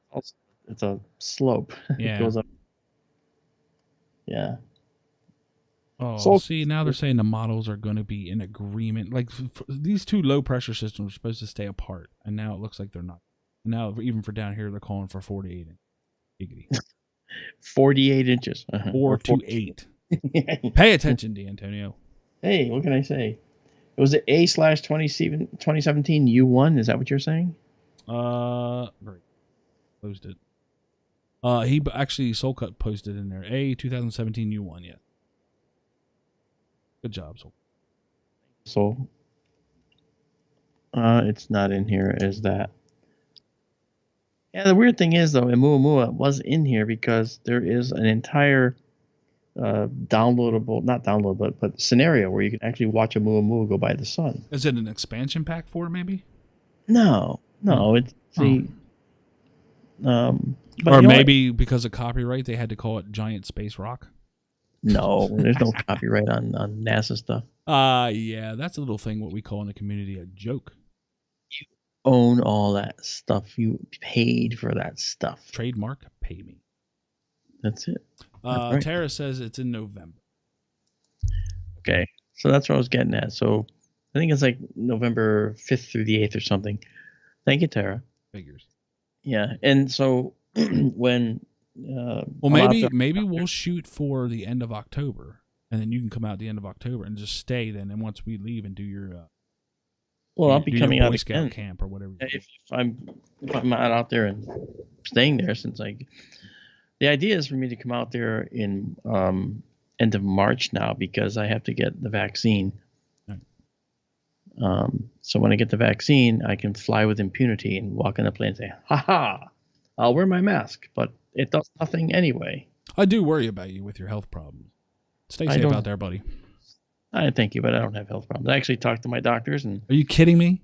yeah, You have the most mental health problems of anybody. Oh, you're talking about regular health problems. Oh, no, not that. No, don't talk about that. Yes, don't talk. I don't want to. Shut up. Oh my gosh, I'm in a fight with myself again. He does not have any mental health problems. He's a schizophrenic. No. Want to see the moon? Let's go see the moon. Well, no, you did have the brain stuff done years ago, and we just don't know how it affects that. Yeah. And just in case, as a precaution, I do worry about you, but hopefully you'll be good. I had a few little issues there with the heart valves. I had their heart valves replaced because they went. Right. Yeah. I had 2 heart. That's what I'm saying. Just be careful. We can't afford to lose anybody else. So just be safe. I'm not going anywhere. Yeah. Put a mask on. Shut up. Sit down on the plane and go out. Okay. I always do. I follow the rules. I always follow the rules. But something, and this is something that some of you may not know, is that the plane's air is cleaner than most office buildings. It's got triple HEPA filters. They're actually the cleanest air anywhere. Until you got some dude farting in a recycler. Yeah. Clean air, huh? If you can put a tube up there and put it right up your nose, you would never catch anything. Yeah. Okay. It's Except just for dry mouth with a tube up your nose. Mm-hmm. Okay. But frankly, it's the cleanest air anywhere because of the way they filter it. So they say you're breathing recycled air. Technically, that's true. Yeah, but all it takes is one dude like turning their head and coughing on you. Well, that's not the same as what I'm talking about, though. Well, I know. I'm just saying. You're right. But again, the safest place on the plane to sit during the pandemic is at the window, and I never take anything but the window. I've flown a lot during the pandemic. Never got it. Still haven't. Good. So, I think I might have had it in last February, because I was speaking in Las Vegas, and I got really sick and couldn't breathe for like 2 or 3 days while I was out there. Yeah, that's called pot. Yeah, no, well, it's actually called. I thought it was the cigarette smoke from the stupid casino there. Yeah, because it was in a casino, and so it was hard to breathe. And I thought maybe that was it, and I'm still thinking maybe it was. But it might have been. Yeah, if you're sensitive to that kind of thing. Oh yeah, I mean, I don't like that stuff, Yeah. Well, you have a vocal cord issue too, don't you? Yeah, I have one that's actually paralyzed, Yeah. Because when they did the operation to fix the heart valves, they got a clot got away, the story, and went to the brain. Right. And when they tried to wake me up, I couldn't wake up. Then they told my family that I was probably not going to make it. And then they put me in a medically induced coma, and during the coma, I was wide awake. I could hear them talking about me. I was locked in. It's that locked in thing that you always hear about. Yeah, that reminds me of that Metallica video for one, about a guy that was in a war, and like he looked like total vegetative state, but he could hear everything, and he's like thinking to himself in his head. Like, yeah, that's scary. That's like one of my biggest fears. That's what I was. Yeah, I was like that for 5 days, and during that time, I heard them talking about he's probably going to be quadriplegic and blind. His visual center is all but gone. The strokes have destroyed a great portion of his brain, blah, blah, blah. I heard it all. Yeah. And I'm sitting there going, yeah, I'm going to be fine. I mean, it explains a lot, but no, but just, oh man, that had to be hell. 5 days. Oh, yeah. And I was awake. And so, and during that time, the most odd thing happened. I found that I could remember everything I ever did, and I could go to any point in my life and just relive it. I guess when I was like a head in a jar, like Futurama, Nice. Okay, but I felt like the Futurama head in a jar because nothing was connected. Right. It was all gone. I figured, wow, I can really connect with everything I've ever done. Listen, all I'm saying is be safe. Take the extra precaution. Or I'll have to take you around, smack you around a little bit. That's all I'm saying. Dislodge a few other things. That's fine. We don't need to lose anybody else. Just, I'm not going anywhere. Okay. Well, just making sure. No problem. Tara, you're in charge when I'm not around out west. Oh, don't worry Put about a mask on this guy. Wrap him in bubble wrap. that. Yeah, let's not do that. I don't want to do the bubble wrap. 'Cause as Here, soon as let's he gets on the plane, he's off my leash. let's Taking take over a- when he lands. I want to put a I want to put a brown dwarf in orbit around the Earth. Do it. Actually, maybe you should make it come in through the solar system. Just to watch all the planets go crazy. Just send it right through the middle of the solar system and see what happens. Okay, let's do that. Let's do that. Let's. Are y'all ready for this? Oh, it's gonna be great. We're gonna take a brown dwarf. We got to make it really dense too. No, I got it. I got it already. I already have the brown. Oh, that's right. Yeah. Yeah, but use a brown dwarf. Yeah. Yes. Okay, so Ladies and here's our- gentlemen, there's a brown dwarf flying by Uranus.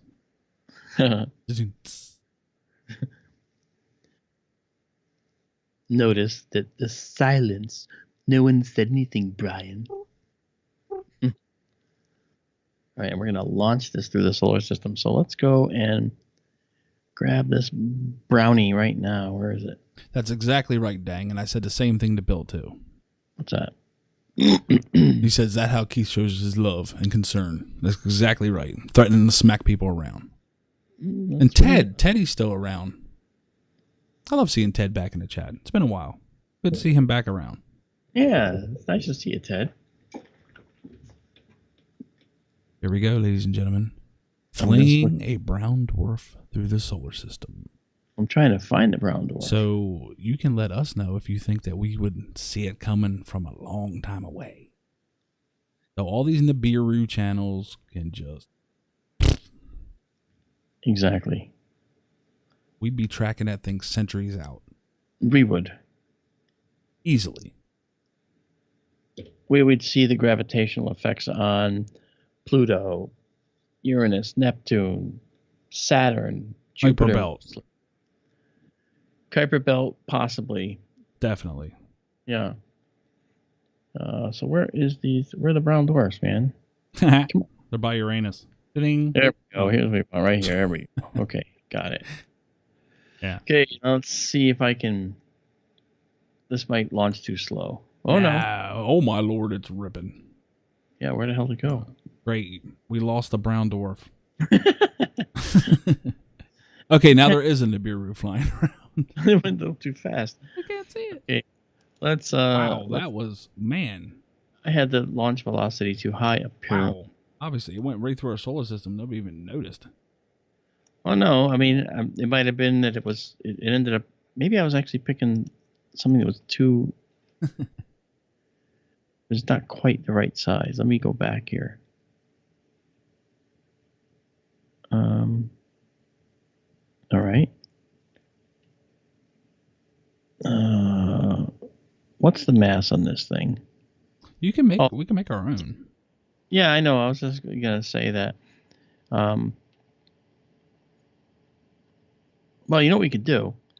Many of the brown dwarfs will have the mass of several Jupiters. You know? Right. All right. Up to like 70 Jupiters. So let's take Jupiter. All right. And double it. Let's see if we can do that. Can we edit Jupiter? Wait, can we double the mass of it and then make it a rock? Well, a brown dwarf isn't necessarily a rock. Well, so let's man, look at all the planets. They're all lining up on one side of the... I know. What's going on here? Is our brown dwarf floating around? Floating. No, this is new. This is new.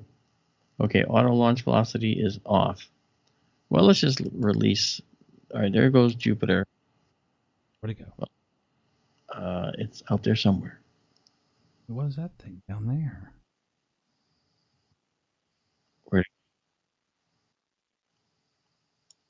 Now we lost 2 brown dwarfs. Well, it was actually new. Send it from the sun outward. Maybe that'll help us. Maybe that'll help, yeah. All right, let's just do that, okay? Let's pretend our sun just pooped out a brown dwarf, shot it into space. See what happens. Well, we do have Planet 9 in Universe Sandbox down here. Oh, does it? Yeah. Oh, and okay. That's... Is it dense enough? I don't know. Let's find out. let's take a look. How do you should be able to edit these things though. You should be able to edit. I think you can somehow. Yeah, I'm trying to figure out where to edit these. Professional that was here for Universe Sandbox. Please tell us how to do that. If you're still here. Oh, Universe 9. Yeah, Universe 9, you're still in the chat. How do you take a planet and adjust its things? Its mass and... Without launching it at something first. Yeah. I just want to take this guy right here. I want to take Planet 9 and adjust its mass. And I don't see a way to do that. Yeah. Yeah, there we go. I think it's almost time for Doritos. No. I forgot I had some Doritos. Well, let's try this. Let's do this launchy bunch. Okay, you see it? You see it? And then it's gone. As soon as you move the screen, it's gone. Oh, there it is. There it is. Oh, what's going to happen? Go in. Zoom. Yeah, here it comes. And exactly. Nothing. And it's like, oh no, it's going to hit the sun. Oh, it's gone. It's like, yeah. Like somebody putting a match out in like a pail of water. Yeah, exactly. That was very unfulfilling. It's like, here's a very small star. This is Wolf 359. This guy, just to show you what would happen. Let's put Wolf 359 in orbit. Well, first of all, you can see the planets are still doing their thing. But just to be safe, we're going to completely start over and just bring in the solar system brand new again.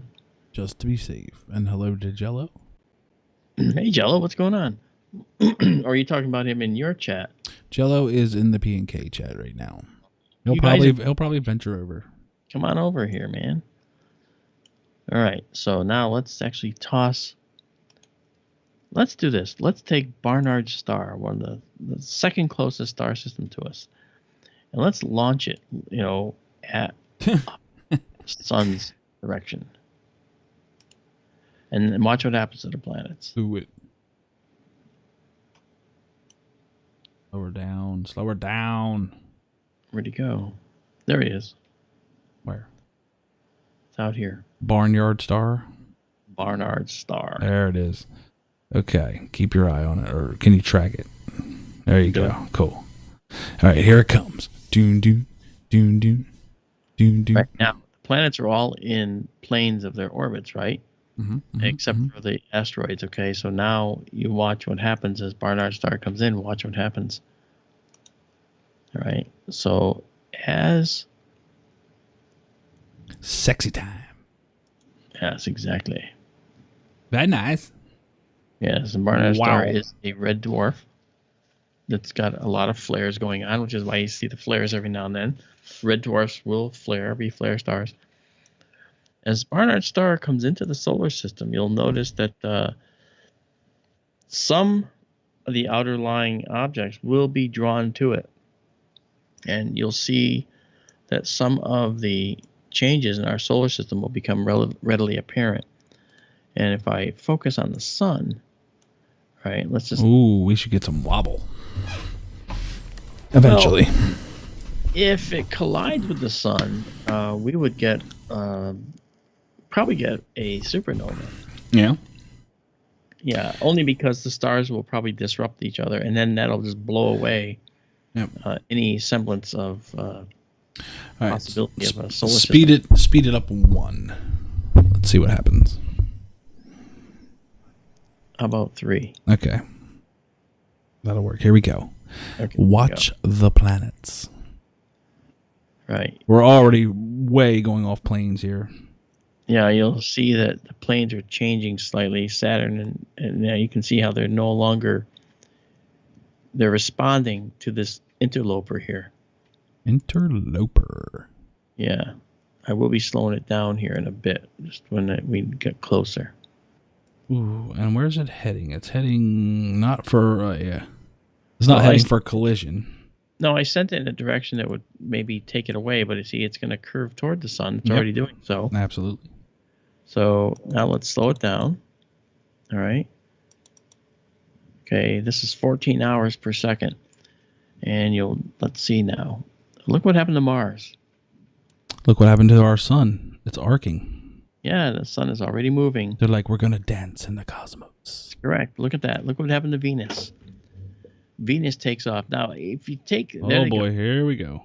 So the sun and Barnard's star have now entered into a cosmic dance, which could leave them orbiting each other while disrupting the solar system. So now you'll notice that from a long enough distance away, the planets might still orbit the common gravitational center between the sun and Barnard's star. But Barnard's star might be getting ejected right now from the solar system. It did sweep pretty quick. Yeah, so it might be getting ejected. It might have the exit velocity. Yeah, we call it the escape velocity. But you can call it the exit velocity. I planned on it. I thought so. And that is fine. Yeah. So let's back out a bit and speed up and see what happens. Yeah.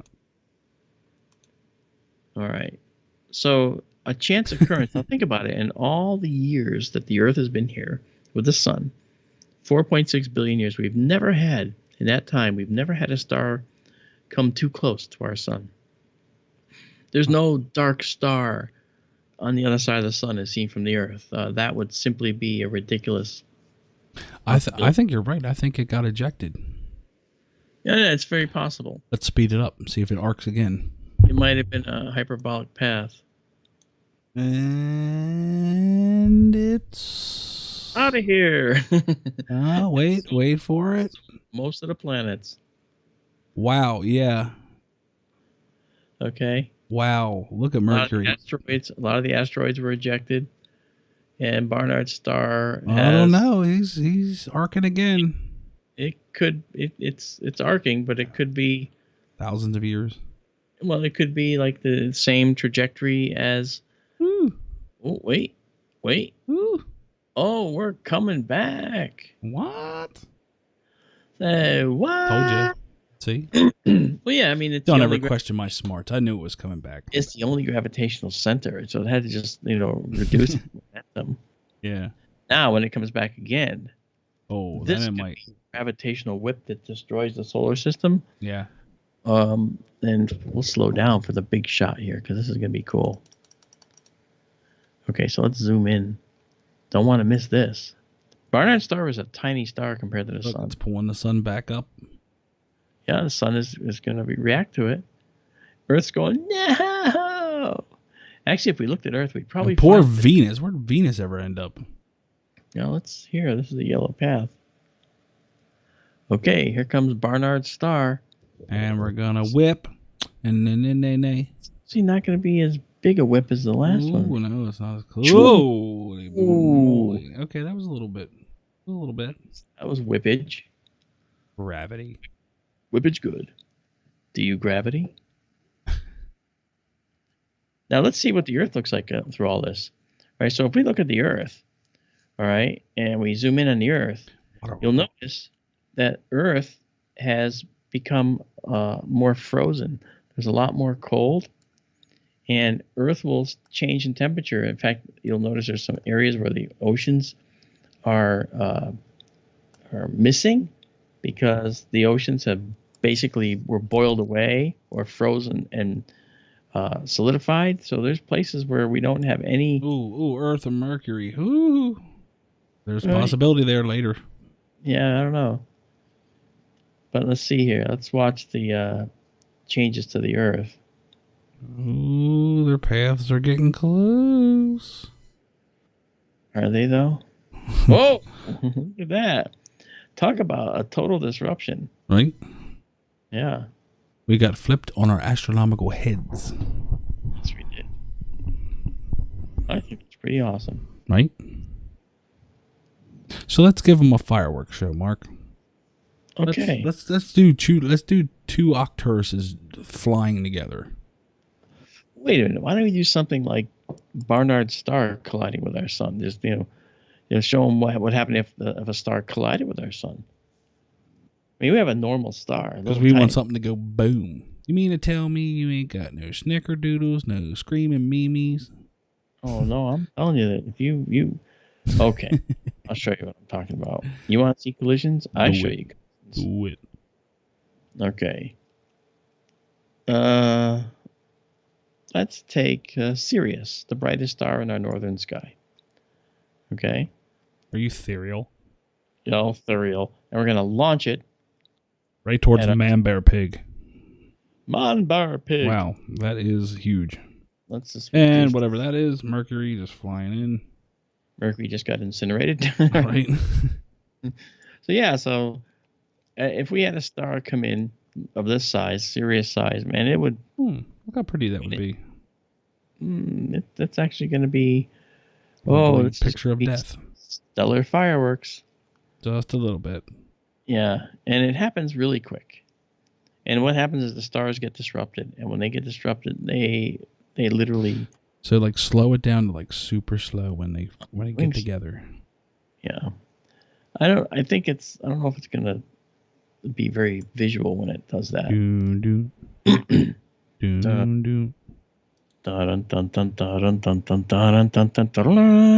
This is not a big deal. It's just two suns kissing. That's all.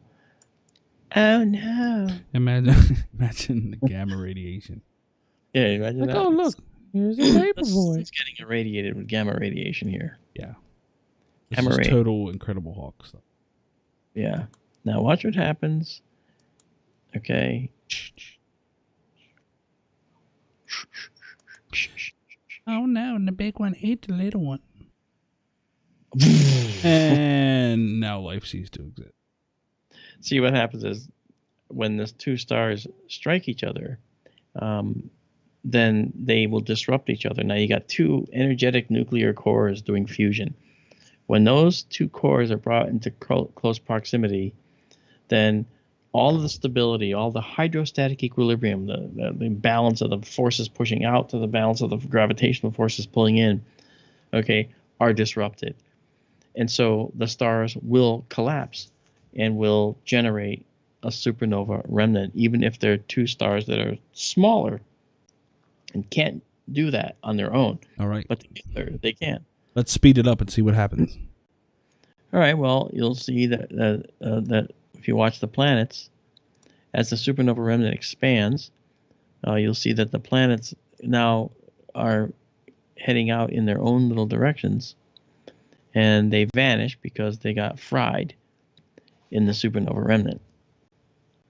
Okay? Mm-hmm. Yes, they got fried. And hello, Carol.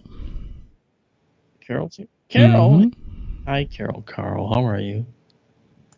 Speed it up. Yeah. Let's see what happens with the interstellar dust. Actually, you know what's funny? Liquid hot magma. Yeah, the magma. What you can do with this, too. Ooh, look, that expands. Yeah. It's like Crab Nebula. Do it. This is what the Crab Nebula is. And what you can do, guys, is you can take in here and you can actually hurl hydrogen into a center and have the hydrogen, mass collect. And you can actually keep doing that until a star forms. You'll actually see a star wink on. Poof. So you actually can create stars. It's amazing because it does the same thing. And all that hydrogen gas collecting in the middle like that, on the outside, that gas pushes down from gravity, higher, hotter and hotter and hotter in the center, higher pressure. And once it reaches 13 million Kelvin, it can then begin hydrogen fusion. And then, boom, hydrogen fusion begins. And you get helium ash from that. And then the helium can be stoked as well if you keep adding hydrogen and mass. So you see, only Jupiter really survives this. And it doesn't look quite the same. Okay, Jupiter. It's a survivor, though. It is because it's a gas giant, and so it's kind of hard to disrupt the gas giant when it's so far away. Saturn's rings were probably destroyed. Actually, yeah, but that was a big boom. It was a total big boom. You would have expected something of that size to at least disrupt the rings or something. See, let's try this. Ready for this? Let's suppose that a star happened, and let's say it's Proxima Centauri, just little Proxima, all right? And let's suppose that Proxima Centauri found its way into about half the size of Mercury's orbit. It happened to find itself around our sun. So there's Proxima. So it's going to tug on the sun a little bit, okay? And then they're going to do a little dance around each other. But what would that do to the Earth if Proxima suddenly showed up? All right? So here's Earth way out here, and let's see what would happen to the Earth. You know, so here's the planet, and right now, if we look at the average surface temperature, you'll see 14.3 C, 14.4, 14.5. Okay, the temperature is climbing, right? And that's the average surface temperature. In Fahrenheit, that's 58. Okay, but you'll notice that it's getting hotter, right? And if we increase the time rate here, right, now you'll notice that it's 61, 63 coming up, right, and it keeps climbing. You'll also notice that the Earth's orbit changes drastically. And that's because when you add Proxima, you're adding more mass. And more mass means that the previous orbit that you were in is no longer valid. Earth is actually traveling closer to the sun and Proxima than Venus was. And now it's a little further out. So when you add more mass, then the orbits tighten up. All right. So now you get the Earth out here, and the average temperature on the Earth is 88, 89. Okay. Now it's like 88.8. Now it's dropping because the Earth is now flying further away. It's a balmy 90 degrees in Antarctica today. That's right. It would be. Yeah. And so you can see now that Earth is still in orbit, but let's actually look at something here. Now you can see let's do this. We can take the sun, all right, and we can actually view the habitable zone. Okay, this is the habitable zone for both stars, okay? Look at Mercury about to become livable for a couple months. There's Mercury there, but see, Earth is now not in the habitable zone. It's only now crossing into the habitable zone at the level of where Venus was. Mm-hmm. Okay, so if you look at the Earth now, okay, all right, you would see over time, you'd see the oceans drying up here, and Earth turning basically to rock. It's so funny how they have a little habitable zone around Proxima. Well, that's because there is. Yeah, but not when it's orbiting another sun. Sure, I mean that'd be a so? habitable zone. Well, that habitable zone is okay. They're taking the stars separately. They're not giving you the habitable zone of the pair together. Right. The habitable zone is further out for the pair together. Okay, or I should say, because Proxima is so small, at the distance Proxima is orbiting, it doesn't affect the habitability of Earth. All right. Gotcha. Yeah. So Earth's surface temperature average now is 112. That's survivable. Yeah, you might think so, but a lot of the ecosystems are very sensitive to temperature. Yeah. And there's no agua. Well, there's water. I mean, not for long. Maybe not. If the Earth, well, we should watch. Let's just go see. Speed that bad boy up. Yeah. Oh, yeah. See, now we're up to 135. Oh, yeah. Drops. Yeah, we would have seasons from hell. Let's just keep going until the Earth just dries up into yeah, look another at it. moon. 162. Yeah, see, life on Earth is now extinguished. Yep. Life Except for the little stinking cockroach. Yeah, life in the deep ocean could still exist.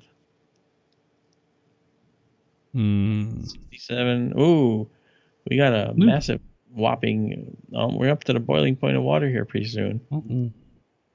170, 160. Yeah, it keeps increasing. But it looks like it's stabilizing at 170, 180. It's a very volatile orbit. Yes, it is. See, that's why elliptical orbits may not be so healthy for us. You know? Yeah, a little bit. I think so.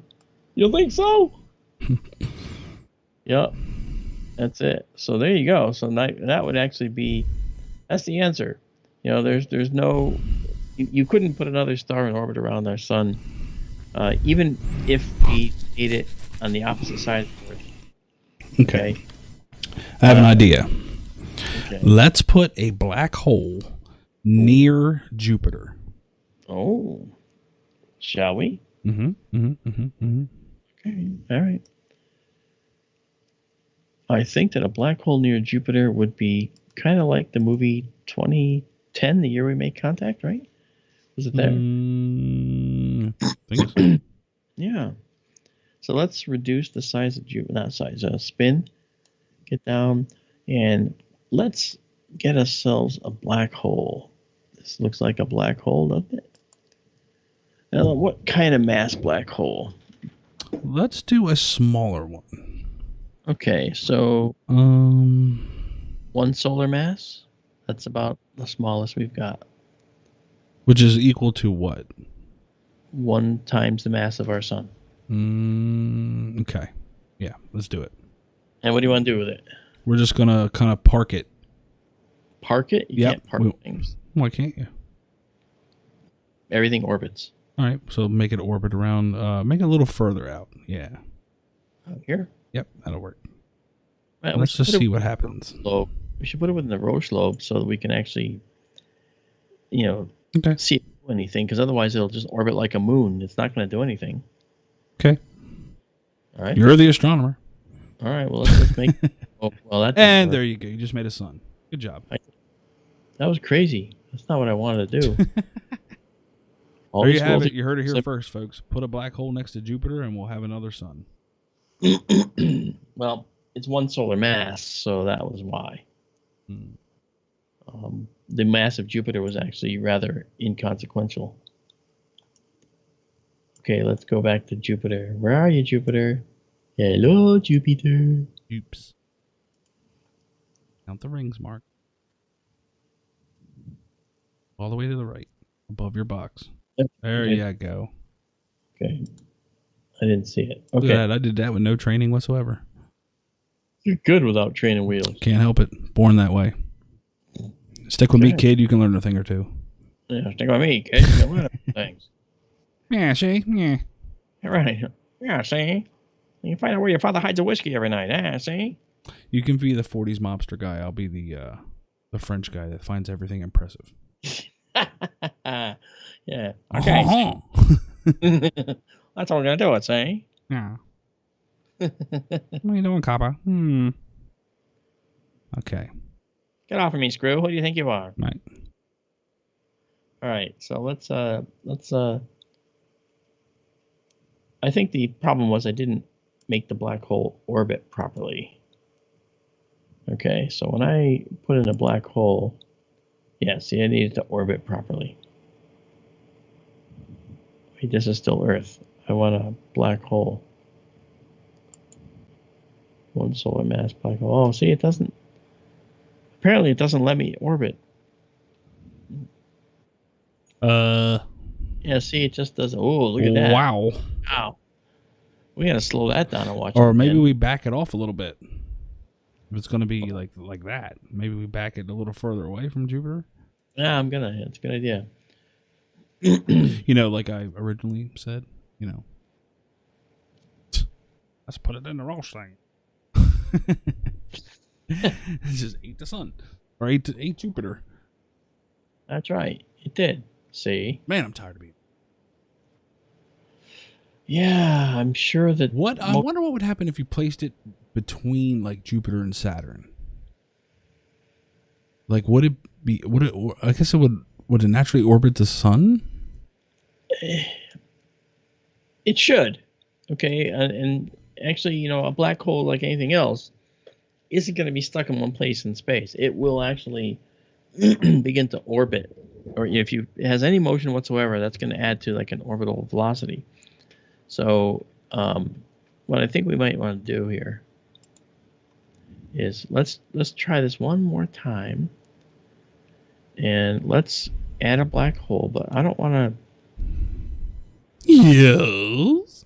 I don't want to have it orbit. I want to have it launch. You want to launch a black hole. I want to launch it. But they're so big that they're At going to... Uranus. Okay, there's my Uranus joke for this 5 minutes. No, you know what we're going to do? We're gonna launch a black hole at the sun from some distance. That doesn't help us with Jupiter. Oh, I want to see the black hole suck Jupiter dry, giggity. I know.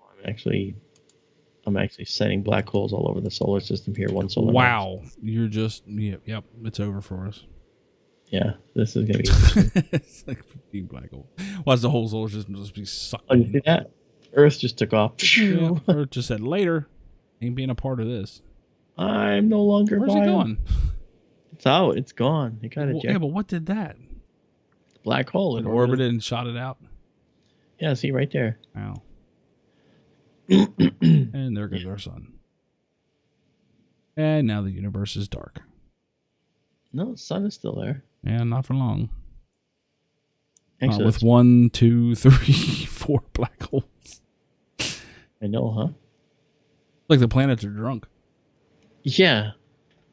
Black hole drunk. My lord, look at this spaghetti. I know, look at that. Wow. The sun's like going, I gotta get out of here. I must live. What is this world coming to? Cats and dogs living together. What's going on? Our sun is just like out. He's like, nope, not even having it. He's out of here. Yep. What's that little thing that just orbited Mercury? Oh, okay. All the black holes are being attracted to one another. Yeah, that's interesting. I wonder what that's going to call. A giant black hole, and it's going to suck the sun back. I bet you. Well, it's slowing down. Their combined mass has to be combined. It's going to come back. It's arcing. Curving around this guy here. Yep, that's what's going to help it come back. Earth is saying, I'm out of here, dude. Yeah, Earth is gone. It's already in Andromeda. Earth has been gone. Earth is now a frigid wasteland way out there somewhere. Like later, catch you in Andromeda somewhere. Yeah, so if I click on Earth and we just look at its stats. Look at that, still sunny.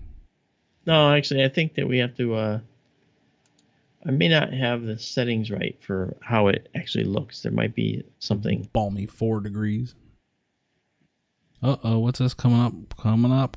Juno and Ceres? Yeah. Wow, those two got kind of close. Yeah. And nope. Wow. Talk about... this is solar system spaghetti, man. What's for dinner? Once you failed, where did that bring you? Do you want to do this again? And right back to me. Regular black hole inclusion or what? No, I say you speed this up and see what happens. Let's just speed it up and we'll just watch all the lines go everywhere. Wow. And yep, cosmic quakes. Seizure. If Earth comes back from all the way out there, I'm gonna laugh. Well, Jupiter's on its way out too. It's like, nope. Cosmic seizure. Okay, so we have 1, 2, 3. Okay, so we still have the same amount of black holes. I think Saturn Saturn's still there. Oh, okay, our sun is escaping. It's like, I'm out of here. I got it. It's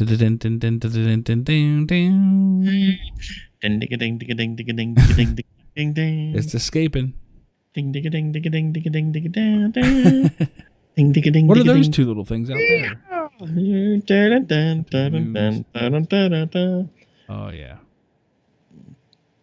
The sun's like, I made it. I lived. I survived. The sun's heading for another belt of the Milky Way. Like, I can't take this anymore. No, you haven't, because I'm putting 100 solar mass star. Oh, that's not right near you. Now you're in trouble. And it's still coming. Shroomp. Oh, this ought to be interesting. It's like an inchworm. And whoop. Yes, and you can't see it. We're following it, so you can't see it. Here it is. Listen, put a bigger black hole The biggest one you can find. Giggity. Okay, all right. Let's do Like that. somewhere around this vicinity. Billion solar mass black hole. There Ready? you go. Watch everything just get. Oh my lord! I think the gravity is just a bit strong. Here we go. I think I just saw the end of the universe. I think you did. Look, good to go for it. Where's Oh, that? look at Saturn. Saturn goes. Ain't Dion. 100 million. Where is that? Where's the big black hole at? Well, it's black. We can't see it. Well, I mean, it should be marked with 1 million solar mass, right? Yeah, it's right there. Yeah, okay. Okay, zoom in on that. Let's see what's all being sucked. Like Spaceballs. Suck. Suck. Suck. That's right. We've gone plaid. Look at that. I mean, it is just wow. Wow. Let's see who that is that's stuck for an eternity now. Yep. Who is that? That What? is the planet we call Dizzy. It is What? I can't see it. It's going too fast. too fast. I've slowed it down to just a few hours. Hey, you come back. Oh my gosh, Chiron and Haumea. Haumea. Okay, interesting. That was way farther out in the solar system. This 1 million solar mass black hole is no match for Oumuamua. Hey, we're going to put the solar system back in here. And we're going to take a 1 million solar mass black hole and just drop it right in. Do it. You ready? Yep. Okay. And it's just gonna like as soon as you drop it in the map, you just go Yes. suck everything in at one time. Right, and you see the whole galaxy just spilling, drain right down. It's like somebody right. pulled the plug. Yep. I doubt that, but let's try this. 1 billion solar masses. Right next to the sun. You think so? Yep. In between the orbit of Mercury and the sun. Really? Yep. See what happens. Okay, well, here's the black hole. Yep. Okay. The horizon. Remember, the event horizon is pretty large. Let's count it down, people. 3. Actually, you know what I'm going to do? I'm going to drop this down. Yeah, because it might happen pretty quick. Let's go to 1-to-1 time. Okay. Okay, go. So this is what would happen if This is real time. Ready? one just appeared all of a sudden. If this appeared, hey Rudy, how you doing? If this appeared right there, okay, right in front of the sun, a 1 million mass black hole. There it is. And where's it going? Well, of course, it's going to take time to actually go anywhere. Right. Here we go. But we're gonna watch what happens. This could be quick. A little bit. 20 seconds per second. All right, here we go. We got movement. Okay. Oh, look at everything just diving. It's Yeah. like, oh, what's this new little toy? I think the sun's just gonna go away. It might. I think it's just gonna go away. But let's see. All right, this is at 4 seconds per second. And here's our black hole. Yeah, out look here. how far it's pulled the sun already. Yeah. I mean, This event horizon is substantial. oh, it's gonna look so cool when it hits that black hole and all of a sudden just you get that ring. Yeah, I don't know if we're gonna see that. I think we might. It depends on our vantage point. I think maybe we need to be kind of, sort of here. This reminds me of Interstellar. Yeah. I want to end up in a giant galactic bookcase. Yes, pushing books Oh, out. here it goes. Here it goes. Here it goes. Here it goes. Okay, let's slow it. And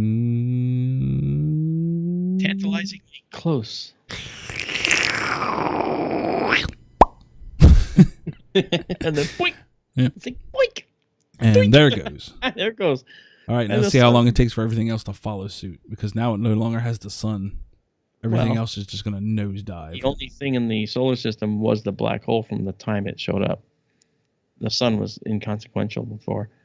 So let's watch it. what happens now. Do it. And Mercury's done. And Venus is done. And Earth is done. And here comes Mars. See ya.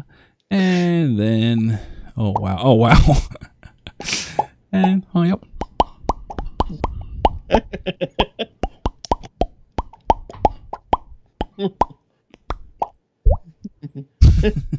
You're never done. Wait, Whoa, there's still more. Oh, where we? Boy, thing is sucking like a Hoover. Hold on, back out a little bit and see if anything else is flying that way. Oh yeah. Oh yeah, here comes Jupiter. Uh-oh. Jupiter. Yeah, this one. My Lord. Damn thing sucking like a Catholic girl on prom night. Jupiter's gone. Wow. Black hole was like storms. What storms? Oh, here comes Saturn. Saturn is sitting there taking a sweet old time, but as you can see, oh, it's getting there. Yeah, it is.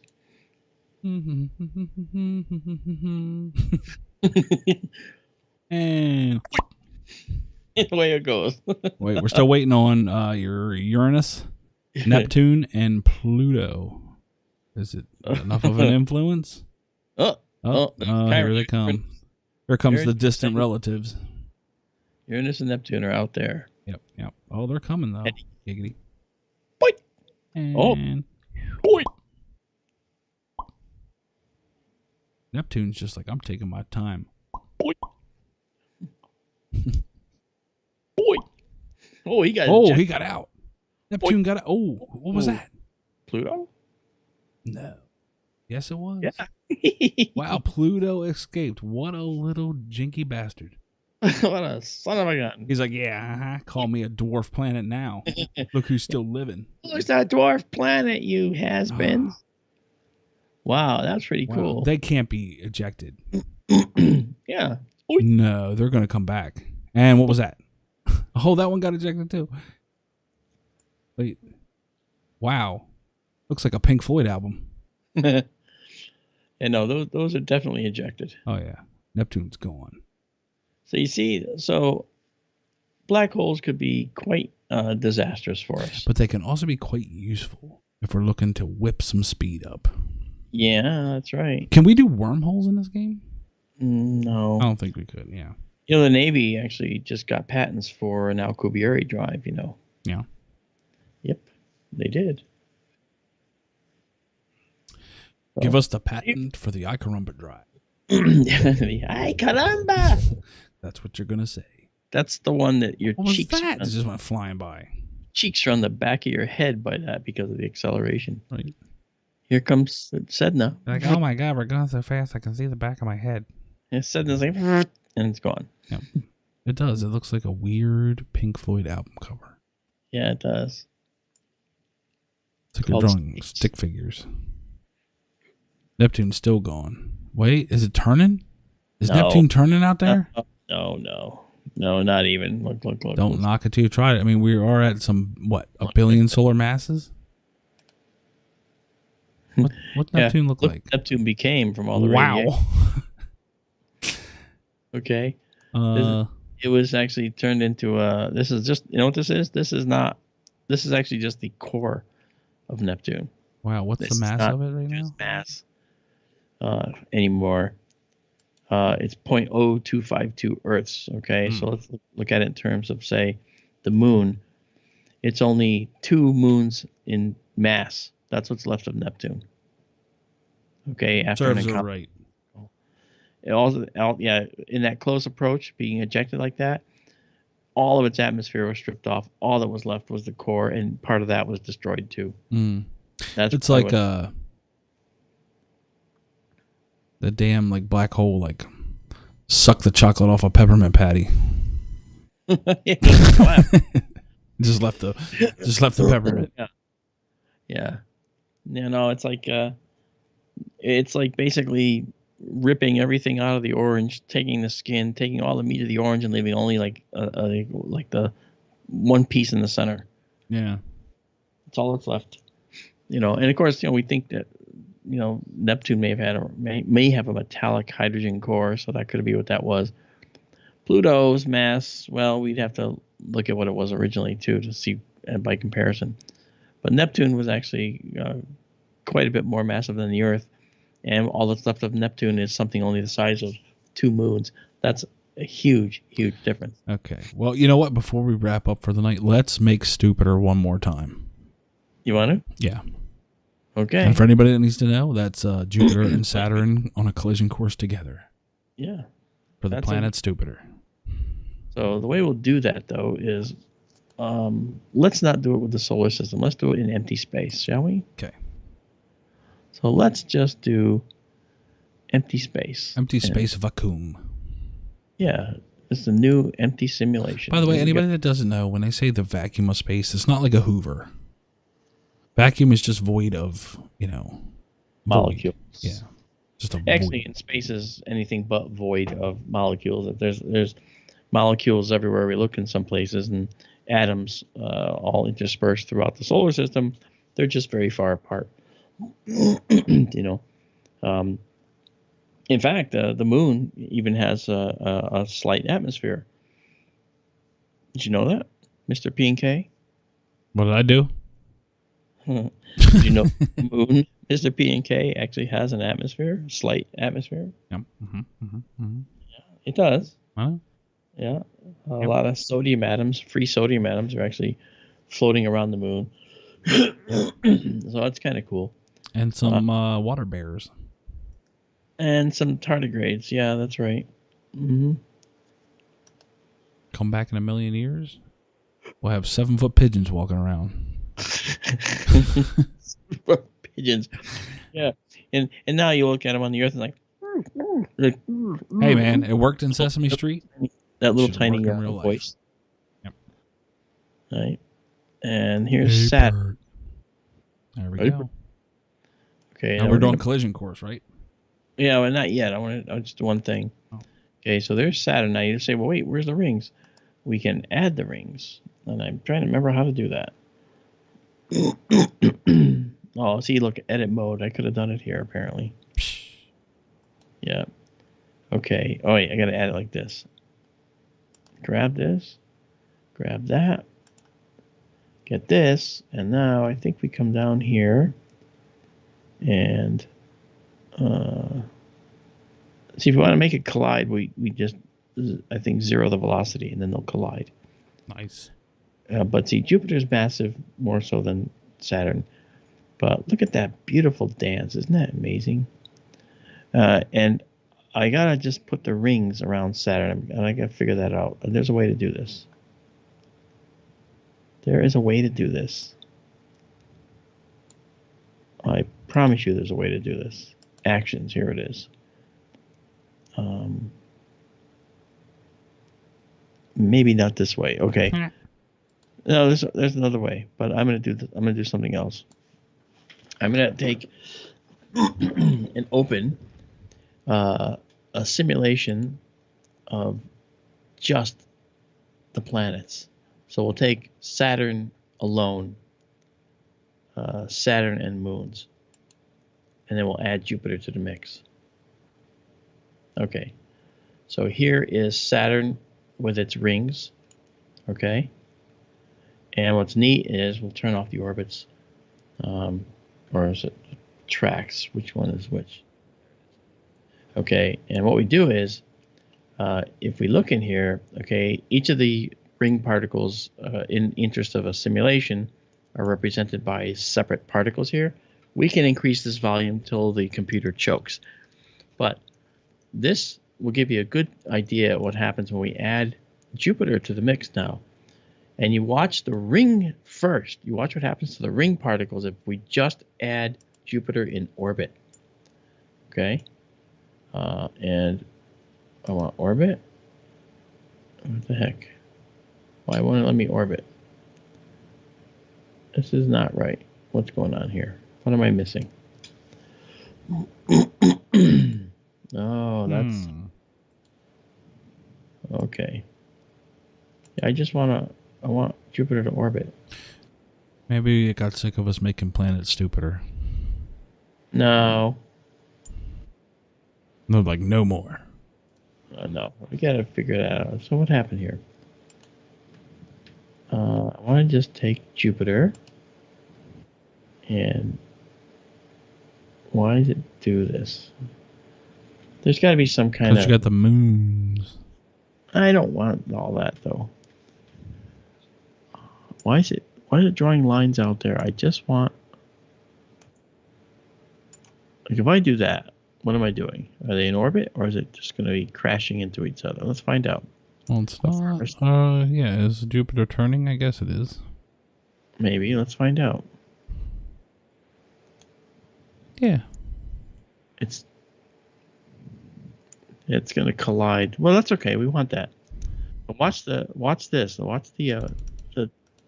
look at that.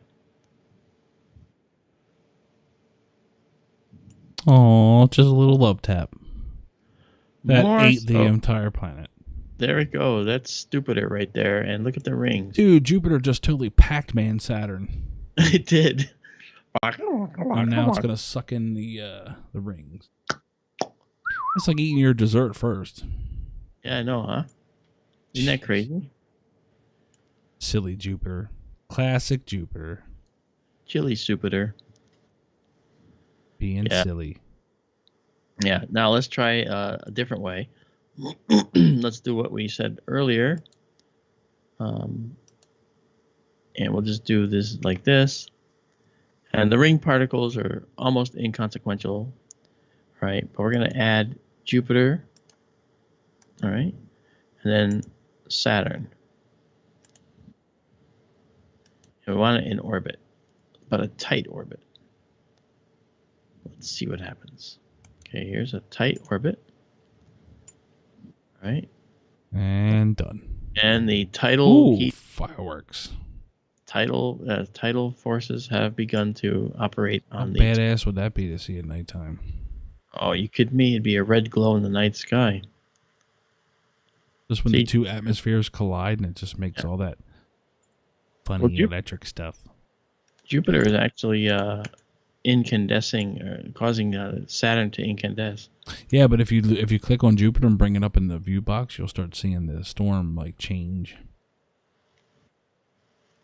Well, I'm trying to. There we go. There were so many particles that I couldn't grab it.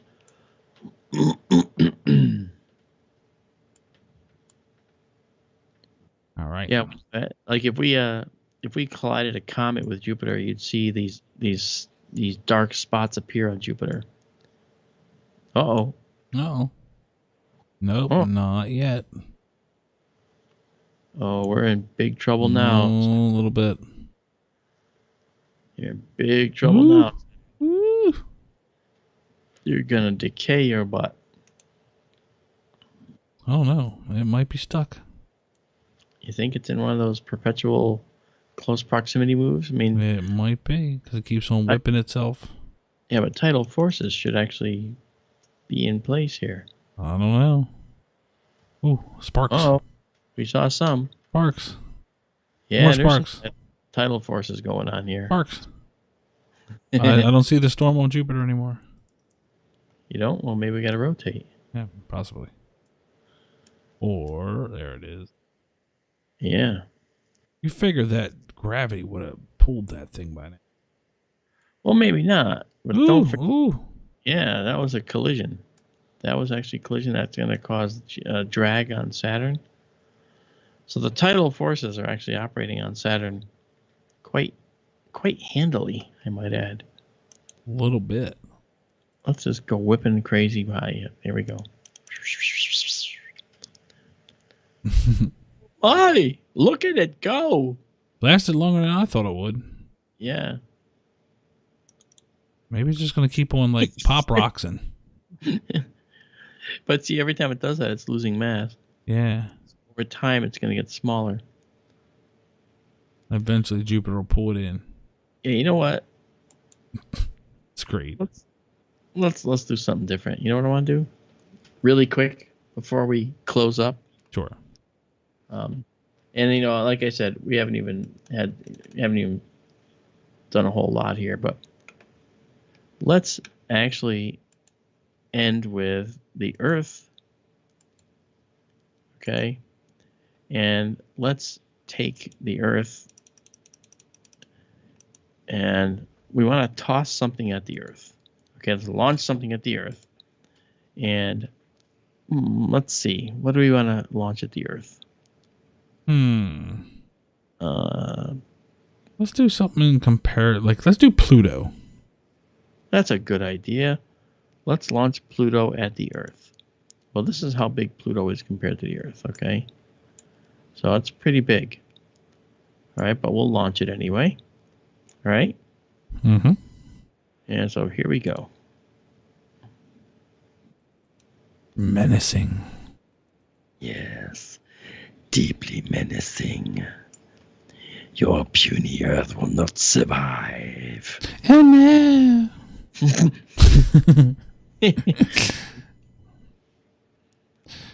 Thank you, Chris. That's it. That's right. And here we go. So had Pluto. Now this is actually the kind of collision that could have created the moon, right? And depending on how it collides, you got to watch the junk that comes off. We could end up with large blobs that float around the Earth and coalesce. Sick. I've generated that before. But let's actually focus on Pluto, because then we can actually get right up close and personal. Pluto. I know you get to see it. If you slow it down more, you can see it hit the atmosphere. Yeah, and that's the point where the atmosphere would get compressed, and that was what you were saying before in chat about you getting burned up or feeling the heat. In that local space, that area right in between, that compression wave in there is going to heat that up something fierce. Okay?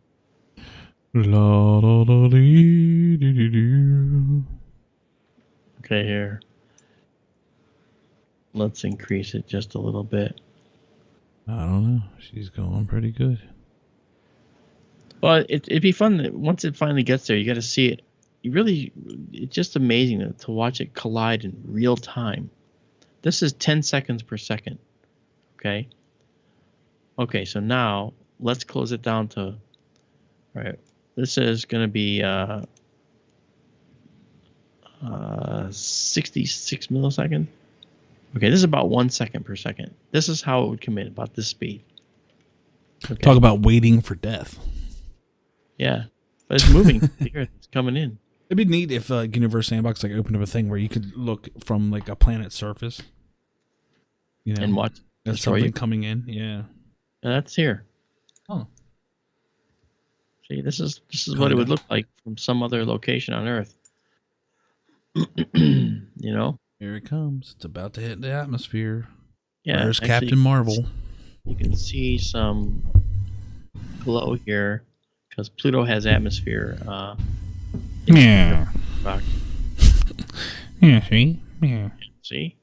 Yeah. See, Pluto has some atmosphere in our sandbox. You see. Yeah. You see. That's right.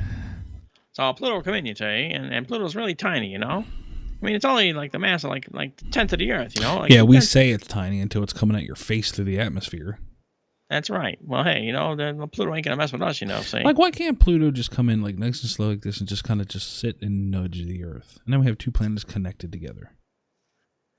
Yeah, that would be great, except there's some initial velocity there, and that's. Wow, we really are going 1 second per second. We are. This is how long it would actually take in real time for this particular speed of approach, which is actually pretty speedy. If I go up to say let's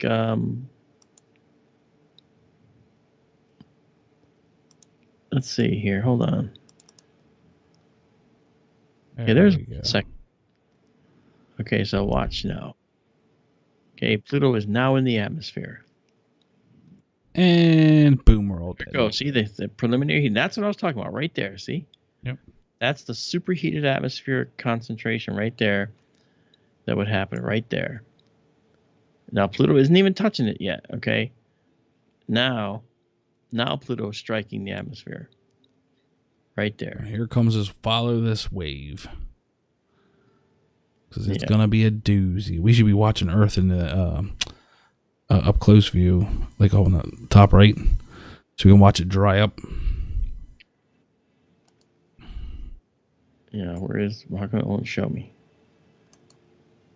Here we go. Just keep watching the planet. Look at how fast it spreads. Yeah, and this is actually 1 second per second. I think I was going too slow before. Sorry. But that's now, of course, Pluto is being crushed and smashed, and you're going to start to see fragments. There they are. Okay, see the fragments? That's what those words are: fragment, fragment, fragment. This program will generate tens of thousands of fragments. So from a distance, it's like, oh, look at that. Earth has a pimple. Well, Pretty.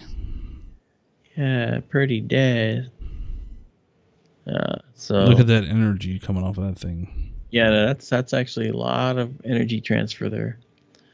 Taking the kinetic energy that the planet has, which is the mass times the velocity squared, and it's converting it into heat. For those of you that watched our stream a couple Januaries ago, we actually caught a meteor striking the moon during the lunar eclipse. And when you saw it, you saw that bright flash, this bright flash. Well, that bright flash is what happens when kinetic energy is converted into heat. Energy of motion, that is, converted into stopping motion. Well, the only thing it can do is be hot. And you'll see Pluto transform into a chunk of fragments in a few seconds. I'm actually going to speed this up to 2 seconds per second. That's all it takes. Goodbye, California. Yeah, well, it's already gone because Baja California is feeling it. Most likely you wouldn't even survive the initial shock wave. Well, not someone anywhere near this area. Okay, so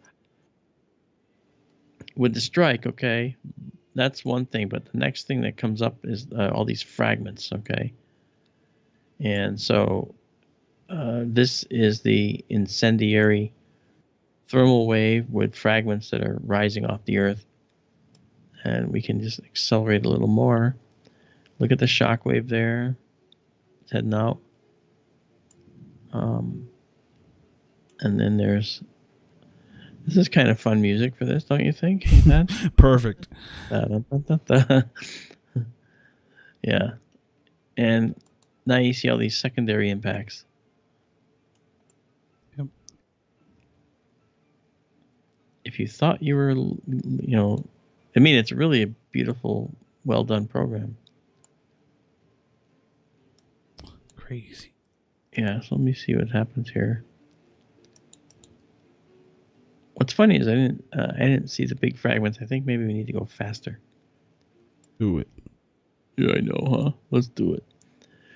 Just one more. Just one more. Can we just have one more Earth destruction? Oh, okay, Bobby. Let's do that. Sure.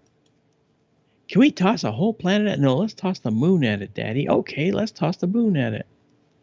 We're going to launch the moon at the Earth and see what happens. Are you ready, boys and girls? That's a yes. Boom. And there's the moon. Here it goes. Oops. Did I say 2 moons? I throw all 3 at him. Yeah, I guess I did, didn't I? Oh, my. Oh, no.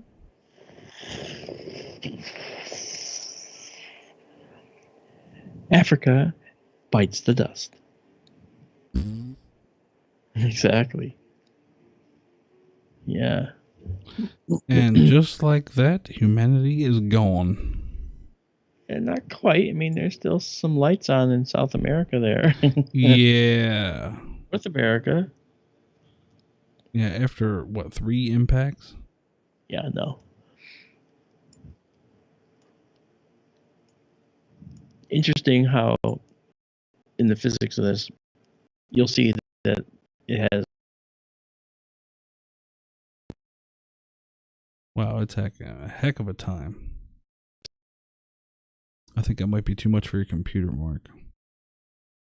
They might be able to hear you on YouTube.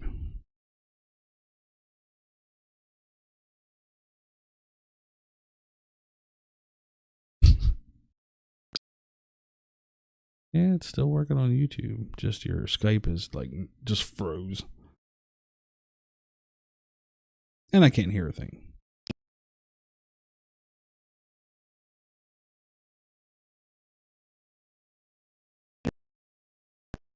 Nope. Oh, There we just go. a relatively low 831 degrees Fahrenheit, over 400 Celsius. It's a good summertime. Yeah, it used to do this where it would dry up the oceans. Maybe it's a setting that I'm not.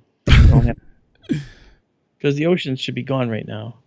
I tell you what I'm going to do is I'm going to knock off the P&K stream. Well, let's say goodnight first. Again, good night, P&K stream.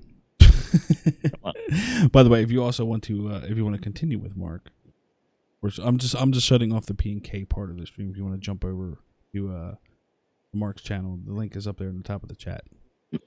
For the next couple minutes or so.